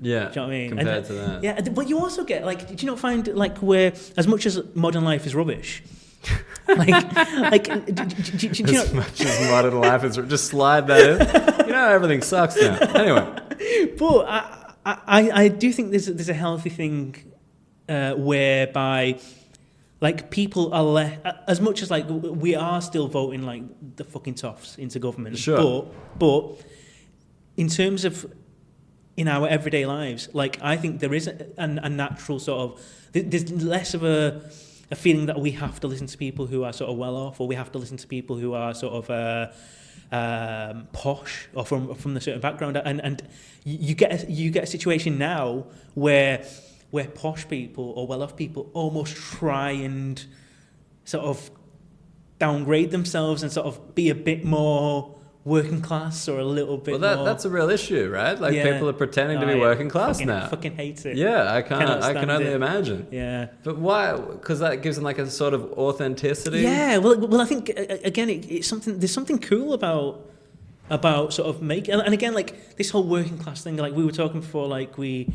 started recording about this thing about like class is a very big thing in Britain. Yeah. Like being working class is cool. It has always been cool because there is a authenticity to it. There's a sense that anyone who is working class and achieves something has done it against the odds. Yeah, they've made it. Yeah, they've through pure talent. I did this. Yeah, my dad didn't make one call. Exactly. Like, yeah. Okay. But then you get people who sort of have got where they are through contacts, through sort of like wealth and everything, who then want to wear that coolness like a coat, like a feeler jacket, and you think like some cunt who went to a private school who wears an Adidas tracksuit all the time. Unbelievable, these people. The worst. Well, I mean, like we said before, like I do think it's different. I like anyone who's not from this country. I sort of judge them. It's a little bit like football clubs. Football's interesting because... Okay, here we go. This is Joe.uk coming out, dude. No, let me tell you how football fits into this thing. Let me tell you. Because there's a general... There is a bit of a sense with football, like, oh, you should support your local club. Like, yeah, absolutely. That's a crazy thing here. That is not... Like, in Australia, like, there's not really any pressure to support your local club. Well, isn't it? Like my fiance, her little brother's like on a football scholarship in Colombia. He supports Perth. Yeah. In the Australian League, like they live in Sydney, no connection to it. Right. No connection to Perth at all. And like no one's like, oh, that's weird. It's like, oh yeah. Okay, sure, make your choice. Just got to stick with it. Just got to stick with it. That's the only thing I think. And that's unacceptable all over the world. If you if you ever change teams, except in American sports, like basketball. It seems to be okay to just support whoever LeBron's playing for. Isn't it a bit weird in America where franchises can move cities? Yeah, I find that bizarre. Does that not happen here at all? Is it just like? No, it doesn't. No, not really. I mean, there's been there's a team called Wimbledon who sort of became MK Dons because they moved to Milton Keynes. So, but that's an anomaly. Okay, but in America it happens all the time. Like, I mean, next year the Oakland Raiders are moving to Vegas. I'm pretty sure. I think that's on. Weren't they something else before they were the Oakland Raiders? Weren't they something else? Yeah. And like when NWA when they were sort of wearing the Raiders stuff. Yeah. When they're the LA Raiders, and I don't know. That's a good question. I Actually. mean, I know nothing about American sports. Because I know Ice Cube is like an Oakland Raider. He's a Raiders guy. I think it Yeah. might have been LA Raiders, and now it's Right. Las Vegas Raiders. But I mean, like the Rams have moved like 8 times. Right. Like I think they started east and they've made it west. It's like a caravan. They're like fucking grapes of wrath. They just made it across. I don't know. Like I swear they started east, and like there was like then St. Louis, and now it's LA. Like I don't know. They've gone a few places, man. It's like the start of basketball. I don't know if you watch basketball, where they just have all the teams moving around. It's like the Jazz moved to Utah where they don't allow music. Like yeah. So funny. But yeah, so there is this thing within football. Support your local club, your little club. But if somebody from Australia supports United or somebody from India comes to United, that's cool, because like it almost sort of like that's almost nice, because like somebody is so committed. They picked you. Yeah. Which is the same with like so like you can make the self-deprecating joke about like, oh yeah, like me where it is. So like anything that you've taken on from UK culture, it's almost fine, because you aren't part of this class structure where like. Right. I don't see it as a working class thing. I'm just like, this is cool. Yeah. Yeah. That's interesting. Yeah. Yeah, I mean, I hope so. I mean, personally, my campaign is to gentrify the tracksuit. I won't rest until every boardroom, just every cunt's in a black Adidas. So say Edinburgh. Yeah. Did you have a whole wardrobe of like red tracksuits? I have one pair. You had one for the whole month? And the reason I'm not wearing it now is because they are dying, and I need to get to the end of this tour. I'm concerned. I am fascinated by Edinburgh, about why anyone would put themselves through what is essentially like. Do you know, like you have these thought experiments that like the US military were doing in the 1950s, just to MK Ultra, stuff like that. How far can you push a human before they snap? Like Edinburgh kind of feels like that. It's like it's a form of like torture. Well, as far as I understand, its origins were not that at all. It was like you'd go up there with like a few ideas and knock them together over the month, and then you'd have your show that you could then do at clubs like two around the country. Whereas now it's like you do the tour of previews in July, playing to like 7 people in Milton fucking Keynes, like, you know, and then you bring Edinburgh this super polished show, and then you tour that super polished show, like hopefully. But like, yeah, I mean, this was the first year that mentally, like, I was really, like, kind of in it, and, like, it is a horror show. Like, I really struggled, like, with it, even though, ostensibly, very good run for me. Like, good reviews, including one from you, which I very much appreciate. That was really sweet. That was, like, I actually wanted to bring that up. Well, again, like what I don't do, because I hate, and again, like, this sort of harks back to sort of, like, why I think Edinburgh is sort of, like, just an insane thing to do, because you are working really hard as a comedian, as any performer's working really hard, and then it feels like you've got so many leeches and profiteers that are really sort of benefiting from the hard work of people actually doing the work, and again, like I don't agree with any situation where anyone's so say me review. I don't see myself as reviewing comedy. I see myself writing about comedy that I love. Yeah. So I don't think in any I don't think there should be any kind of power structure where the people writing about the comedy have got any power that's greater than the actual performer. So I don't like it. I don't like it where you've got people who are seen as influential reviewers. Sure. I think that's a very un-British attitude. Right. Because I think you guys, like, I think the review culture here is probably greater than any review culture I'm aware of, like, in the world. Like, it seems like people like it here, and, like, you feel it amongst the comedians. Like, I'd never gave a shit about reviews ever until maybe, like, this year or maybe, like, last year, just because, like, British people, like, did you read what they said about it? And I'm like, no. So you get lots of people sort of like referencing. Oh yeah. Like, dude, I'm aware of, like, I've now got a Rolodex of reviews that, like, I know have happened to people, have happened to me, like weird. I don't know why it is. Like, do you think there's something? I hate it. If that's. I mean, I didn't realize it was specific to whatever that word is. Specific. That's the word. I got you, brother. Yeah. To this country. Like, I didn't know it was more so in this country, but like you look at American comedy, nothing. Yeah. Like, the Louis is getting reviewed at the moment because Yeah. everyone's curious and no Yeah. one's got the balls to go to a show. Yeah. That's why he's getting reviewed. But like, yeah, if you look at their it's only credits. Yeah. Like in America, it's very credits based. The UK is very review based, which I find interesting. Like in the States, if you bring an act on, you will say their credits before you bring them on. Like even Yeah. just a showcase. Right. You'd be like, Daniel Muggleton's got a thing on it. He's got a great special Amazon Prime. Please clap, cheer, Yeah. welcome. Whereas in the UK, it's like, and here's Steve. Like, you know, it's like a different energy. But I don't know why, like, it's funny that someone like you who's like in the arts, like, and in like, you know, kind of writing doesn't feel this compulsion. Well, that's the thing. It should never be like it's... Because I assume you've done more formal stuff before Joe, Yeah. like as in like more kind of print, Yeah. broadsheet. Yeah. That's it. But like again, like I suppose it all comes down to like why you're doing it. Like if you're writing about something because you are genuinely passionate about it and you want people to know how you want people to appreciate it as much as you do, or sort of like you want somebody to know something special, then that is a motive for writing something.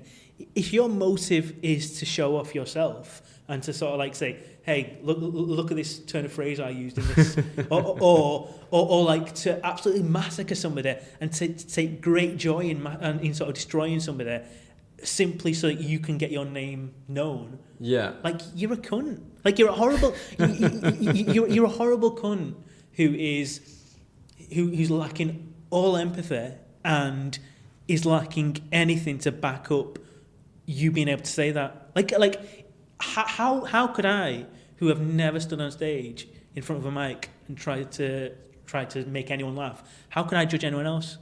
I mean, you have to though. I can do that. No. What you can. The way I look at it is a film. Like I can go and see The Irishman at the cinema. Yeah. And I can say it's shit because that is something that involves hundreds of people. Hundreds of people are involved in that. There's a finite number of films at the cinema, so people will always go and see it, and any criticism is shared amongst hundreds of people. If I say the same, if I massacre somebody who I went to see as a stand-up, that is one person. Yeah, that is their life. They have got to pay a mortgage. like it's a completely different dynamic. Sure, I understand what you're saying. So what I do personally, and again, like I've got no problem with other people reviewing things in a standard way. That's up to them, as long as they're fair. But like I don't even give stars because I don't like giving stars. What I like doing is saying, this person is excellent. This is why I think they are excellent, and I will hopefully communicate that to you in a way that you understand why they're great and why you should go and see them. Because I've been to see loads of people who I didn't write about just because I didn't think they were good, so I don't write about them. Yeah, sure. That's the way I deal with it. Because like when I went to Edinburgh, like I saw loads of shows that I didn't write about, just because personally I thought they were wank. But I don't want to. I cannot wait to the end of this podcast when I ask you exactly who you saw. But I've even like this. There's even been sort of like stories or whispers of like certain sort of certain reviewers abusing their positions. Yeah, I mean, I think in anything like that, of course, there's going to be. That's gross. Like, especially with like say for instance, if you've got the dynamic of like a male sort of reviewer and a female sort of performer, and the male sort of reviewer taking advantage of that dynamic, it's horrible. Yeah, I mean, it's very. I just think it's kind of a dumb like system. Yeah, I think. In my head, I'm like, this must be some kind of British thing that like I can't really relate to. I'm glad that you don't relate to it either. But I'm just like, I don't think it should last at all. Because also, like, if you take Edinburgh in particular, there are so many shows. Like, no one needs to know that a show is shit because there's so many shows. So like, point out the good ones.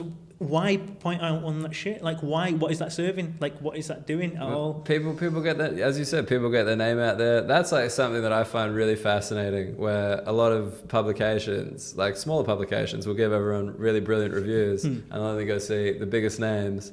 And so then their 5 stars like appears on the poster. Yeah. So it's just like this guerrilla marketing for their own publication.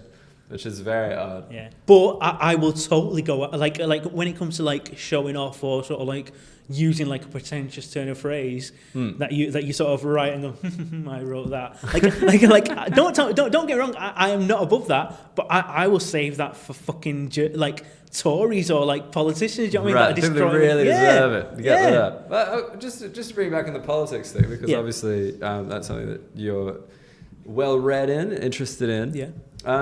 Why do people from the north vote for the Tories? Like what? Because that seems to be like, obviously that statement kind of implies that there are no rich people in the north, which is absurd. But that seems to be like a sentiment that I've heard with this election coming up, that it's like, you got to be insane. Northern austerity is a real thing. Like, why would you vote for the party doing this thing to us?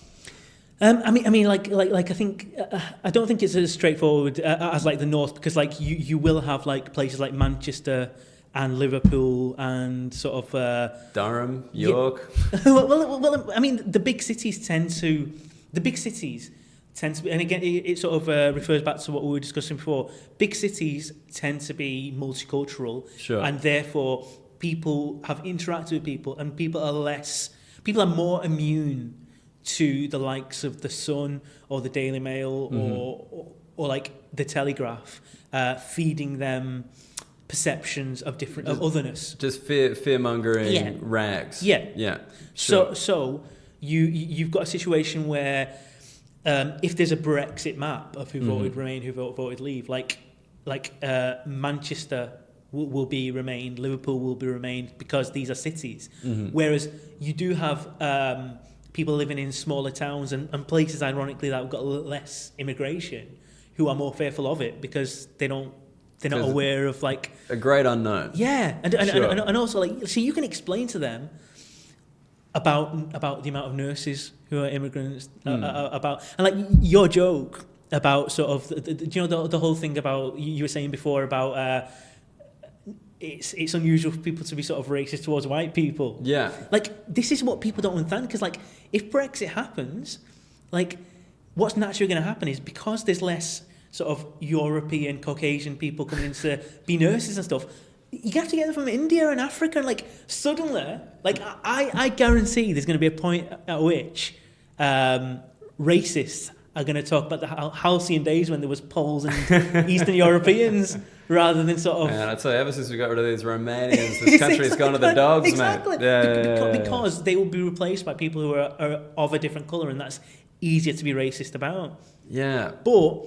like that's really interesting, because that makes total sense. If I heard of it, and you never hear that being discussed. No, but the thing is, so if you're from a part of the north who for instance benefited from EU funding, and sort of if you look at it logically, you benefited more than other places from the European Union, and losing that funding from the European Union is going to have a detrimental effect on your society.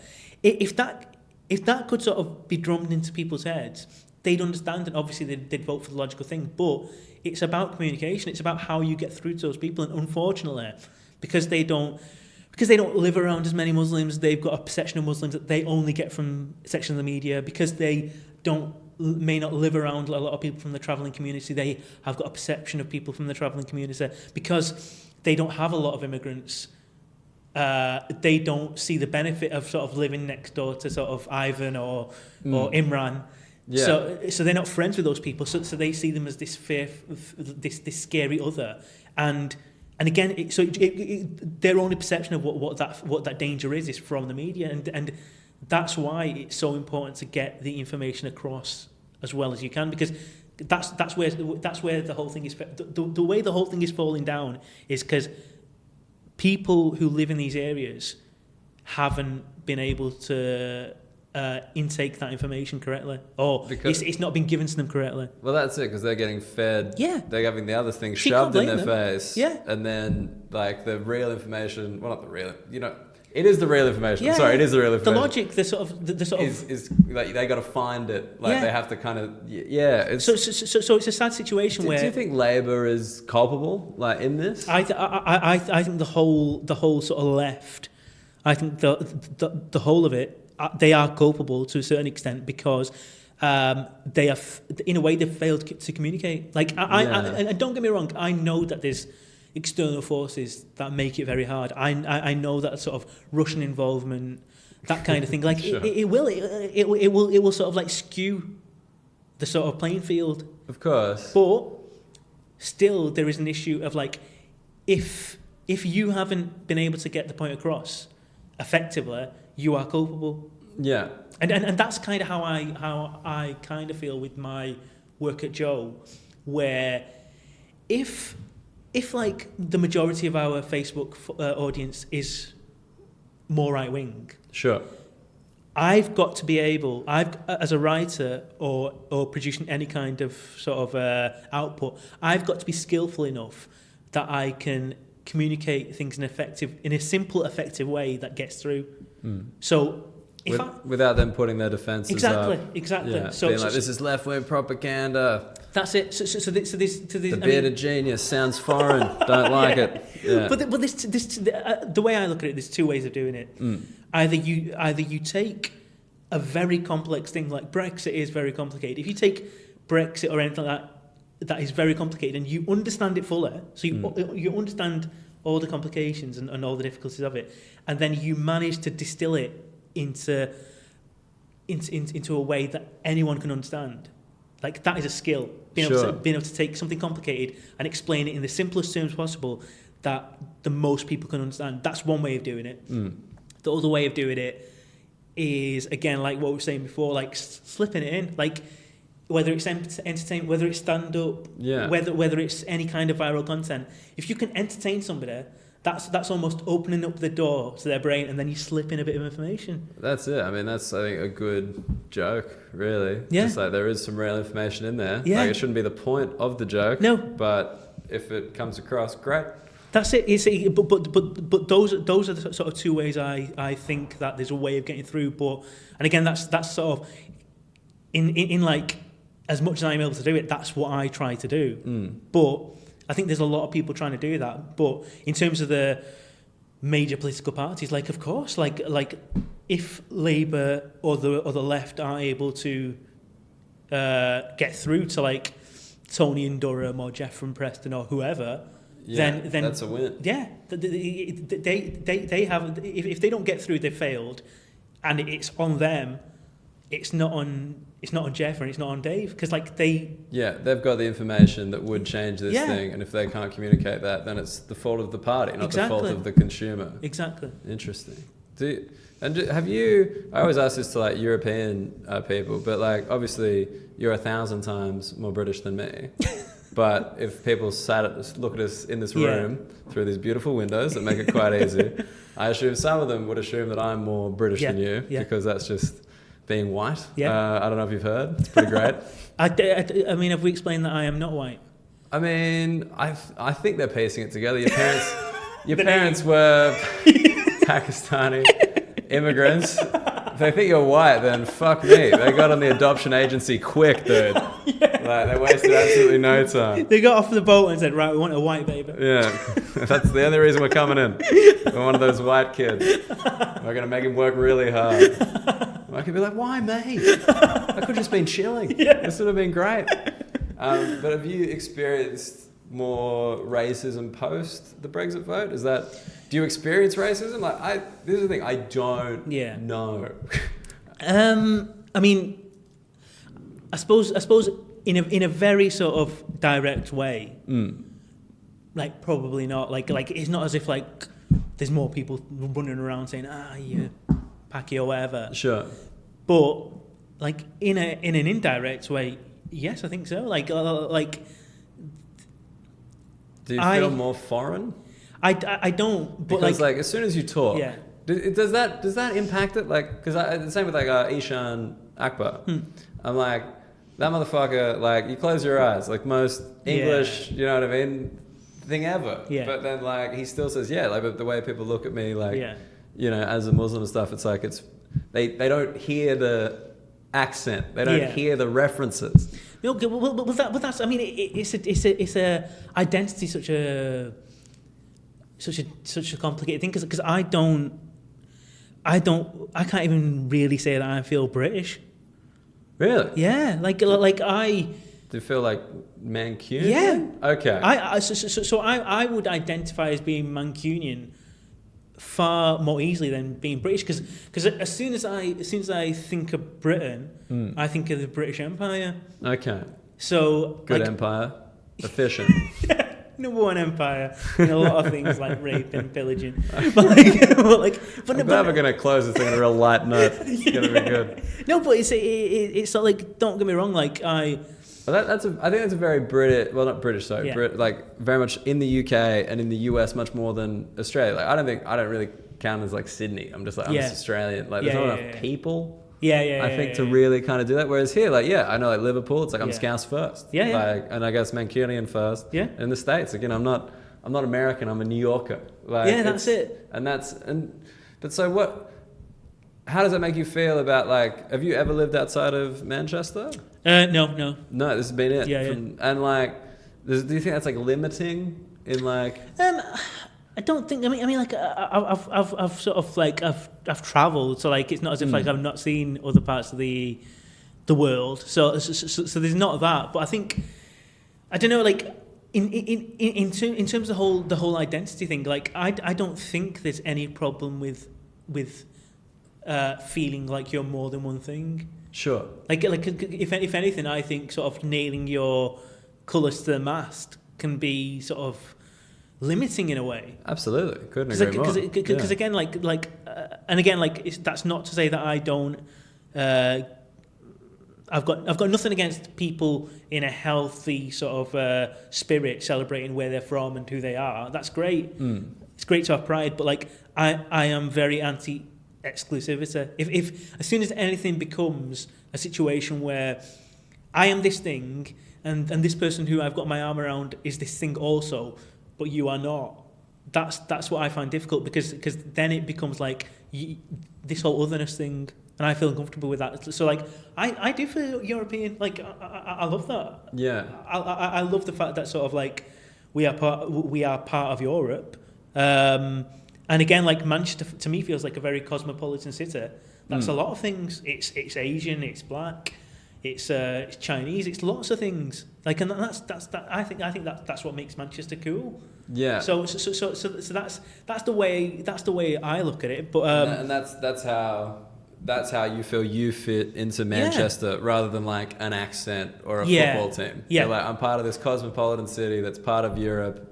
That's Manchester. That's it. Okay. And like say again, like to me, it's about connections. So like I will feel more connected to you than I could be walking down the street and another Mancunian who's got a very similar background to me. There could be another Asian Mancunian who I walk past that I, for whatever for various reasons, I've got less of a connection to than I have with you. Right. Because like similar sensibilities, similar sort of attitudes to prejudice and sort of inclusiveness. And like working in the arts. We're in this together, man. Exactly. We gotta help each other out. So like I that's why I think nationalism in a lot of ways is limiting, because you are suddenly aligning yourself with people who you've got nothing in common with apart from where you're fucking born. Yeah. Which is so random. That's insane. The only reason I was born in Manchester is because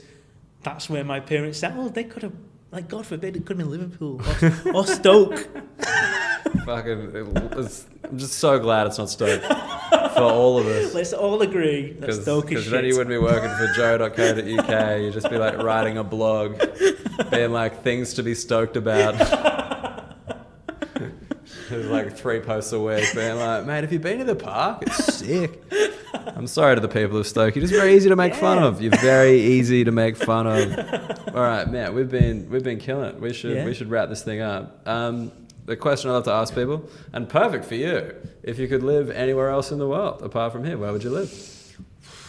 And I don't think I've ever asked this before for someone who's only ever lived in one place. Do you know what? I'm sure this is quite a common response, but like there's something about both New Zealand and Canada where it feels as if they seem similar enough to the UK, but also pretty sound. Yeah. I mean, from what I understand, I've Yeah. never been to either, weirdly. I've never been to Yeah. New Zealand. Yeah. But New Zealand is just kind of like a small version of Australia, which is like, it's much more local. Yeah. And then Canada is just cold Australia. Yeah. Like, And but I'm comfortable with cold. Comfortable with cold, yeah, because if you've listened to this and people listen to this regularly, I get very annoyed that Canada totally got away with their genocide and we didn't. Yeah. It's very unfair. Yeah. Like they had the blackface PM, all right? That wasn't us. Yeah. Everyone assumed it would be us. I've got my own opinions of him. Your own opinion is not a fan? Yeah, well, in a similar way to Sarkozy, not Sarkozy, Macron? Yeah. Like it's kind of like these people are sort of held up as like French. I agree. Real issue with that. Yeah, it all comes down to being French. No, like these people are sort of like held up as like poster boys of the left, and like quite often they're not. Yeah. Oh no, they're very cheeky. Yeah. So. Okay, so but where in Canada have you been to Canada before? I've not, but I like this. There's certain areas like Toronto, like. Mm-hmm. Great things. Yeah. Great things about Toronto. Yeah. And also like pretty Asian. Like I love the Sikh community in this country. Like I am Pakistani, but I'm also Punjabi, and most Sikh people are Punjabi. Sure. So like there's that connection. Like Toronto's one of those places that kind of, and also like in the States, like I've heard that like Seattle is a little bit like that as well, where it's again like it's a bit more sort of arty, a bit more sort of cosmopolitan, a bit more open to different experiences and sort of communities. So yeah, places like that. Anywhere that'll have me, basically. Anywhere that'll have you. Yeah, mate, you can bloody go anywhere. You can get Ireland, the home of Joe, where Joe lives. I love that it's Irish. So Joe, I never thought is Joseph an Irish Joe, like a particularly Irish? I don't know. I suppose it's quite American, isn't it? The average Joe. Yeah, I guess it's Joe because like Catholics Joseph, like you know. But I mean they're not. Again, they're not all Catholics, unfortunately. I do I love the Irish. Like I'm a big fan of the Irish. Yeah, I was just there. They are the nicest. Yeah. Like they're so polite and friendly. It's wild. Oh yeah, like as in they're friendly because like again they've got this almost Asian thing of like they feel as if it's their duty to be good hosts. Mate, yeah, like my friend was like apologizing for not being able to get like the day off work, and I'm like, dude, I'm just like flying and doing a gig, and he's like, but I should have taken you around, we should have driven here, and I'm like, I would never offer this. But what's important, like I love kind, sort of like welcoming people, but I also love people who've got an edge, and like I think the Irish have got an edge. Oh really? Like, you don't want to cross them. And I love, and again, working class people have got an edge. Yeah. Like, okay. Like my favorite people are people who get angry about all the right things, but are also kind and lovely to kind and loving people. Well, I mean, look, you've basically just described exactly how I feel about the North. So maybe you should stay here. Yeah, get up here.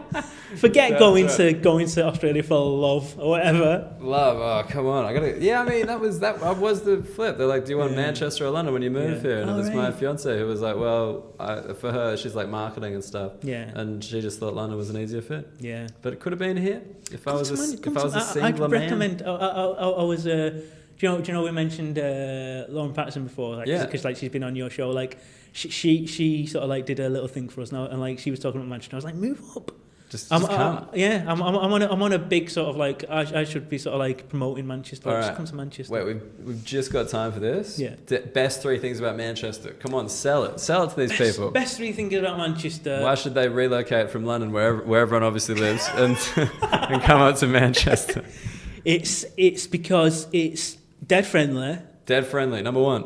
It is dead Mardy as well. Dead Mardy. What is Mardy? As in sort of like just like moody in a sort of like healthy way. Okay, good. Yeah, not too nice. Not too nice. Yeah. Okay. So it's nice, not too nice. Not too nice. And just the fucking culture. Like we've got like there's so many things that are cool that have gone out into the world have come from Manchester. And like even excusing the fact that Morrissey turned out to be an absolute cunt. Like he started off strong. Yeah, like I was a massive Smiths fan growing up. They were my band. They're great. Yeah. No, like the music and cultural output from here is wild. I think of it of like, do you know, like you've got like different strands of like Christianity. Like Johnny Marr is like my Smith now. it's the Smiths according to Johnny Marr rather than Morrison. Right, you've just kind of gone off with a different strand. Yeah. Nailed some complaints to a church in Germany. You're like, look, I'm more like a vegan cafe in Germany. Yeah. Nooruddean, thanks so much for coming on, man. Yeah. Where can people find you? Just on Twitter, I suppose. I'm Andy Manchester. Come and have a brew with me. Come to Manchester. We'll have a nice brew. That's nice. That's good stuff. And just your handles, dude. Come on, you got to be. You're not at Bearded Genius, which I hate. Yeah. Yeah, that's where. That's the best one. Yeah. And then joe.co.uk. Yeah. Check out the articles. Yeah. Learn about the election. And vote Labour. Vote Labour. But vote for whoever you want to, but vote Labour. All right. The way we say the end of the podcast, you say cheers, mate. Cheers, mate. Fucking, I love that everyone, even if they're like English says it Australian, they're just kind of like, you guys say cheers, mate, too. But you're like, oh, fuck, it's my time. Cheers, mate. Yeah. Ridiculous. All right. Nooruddean Choudry, thank you so much.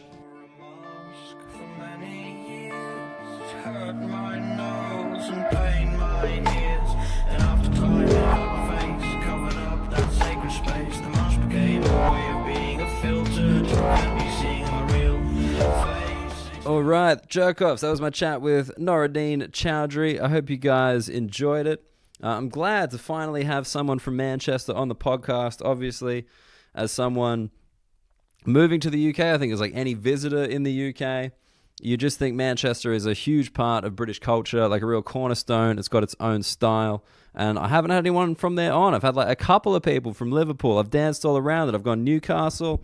I've gone Birmingham. But like finally got someone from Manchester, lived there his whole life. I find that pretty crazy because like you figure as a journalist, as he is, like you just kind of have to move around with the job a little bit, probably like comedy or like an actor, like they tend to move around, but he's always been in Manchester, even for university, and you can tell that he just absolutely loves that city, loves its vibe, loves its flavor.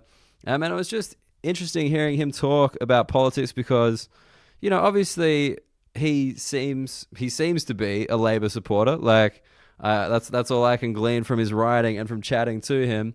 But just the way that he was willing to say that, yeah, it is the fault of that party if they fail to communicate their message to the youth. Like that's what the Labour campaign is built on, communicating with the youth. And it's interesting to hear someone who kind of came up in football, whose website is predominantly about football, or at least started that way, trying to transition into using it as a way to talk about politics to these people who don't generally engage with it.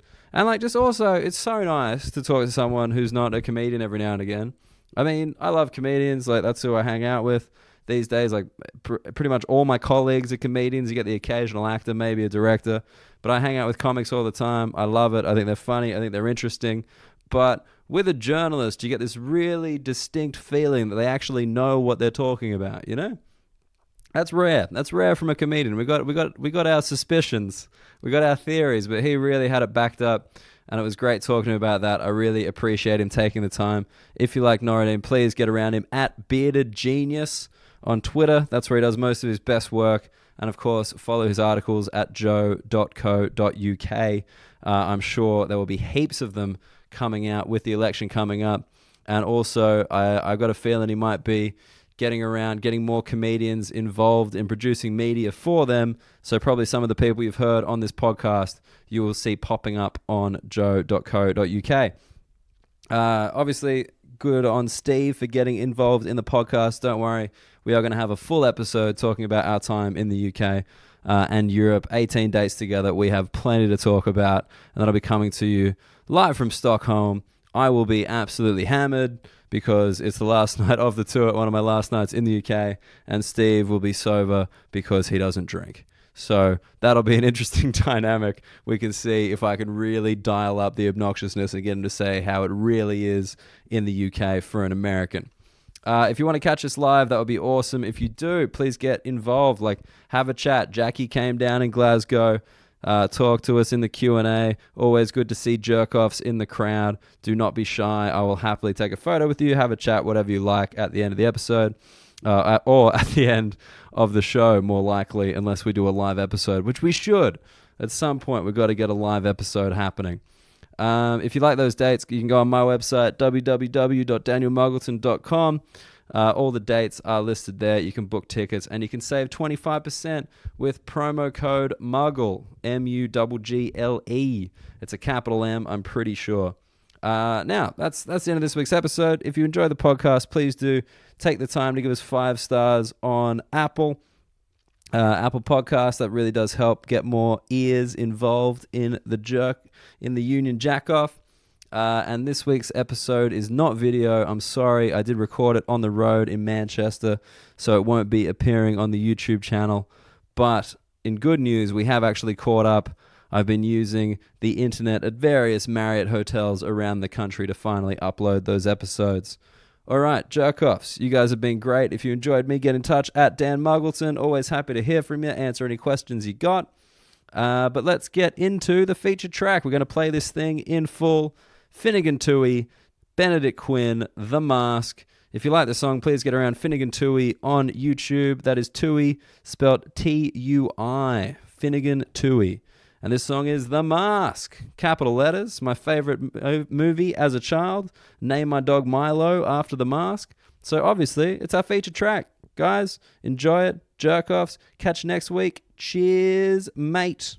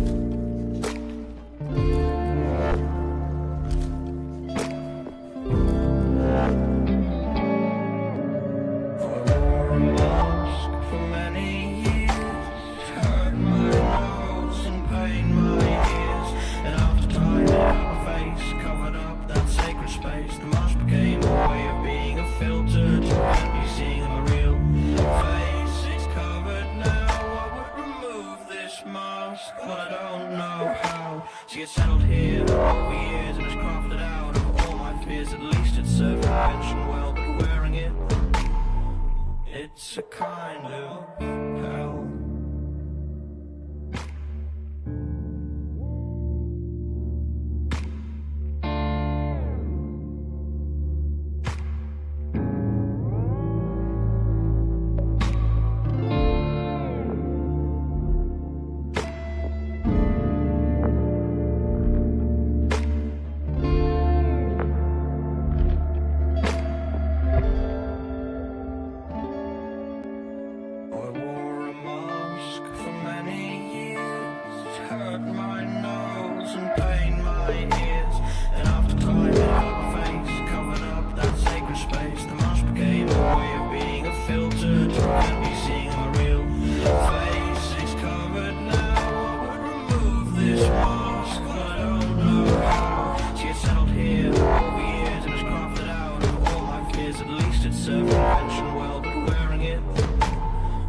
It's a kind of hell.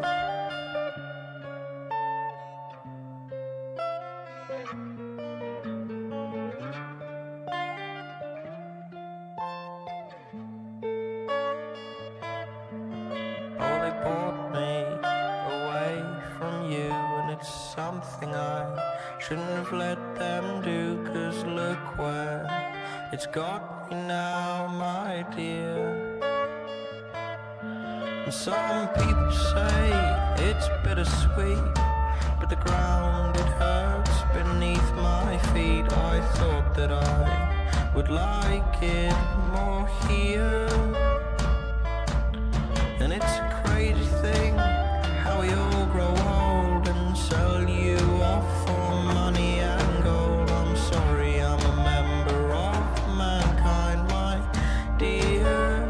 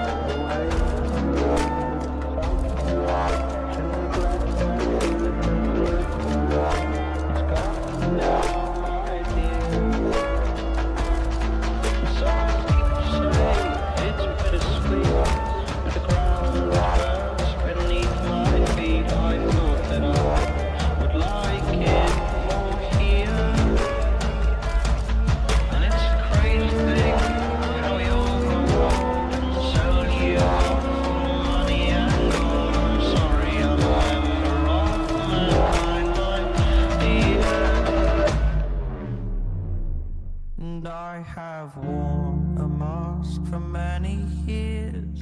It hurt my nose and pained my ears, and after time hurt my face, covered up that sacred space. Now unadorned in any way is how I like to spend my day. See, time has been and time has passed, but now I've learned I can remove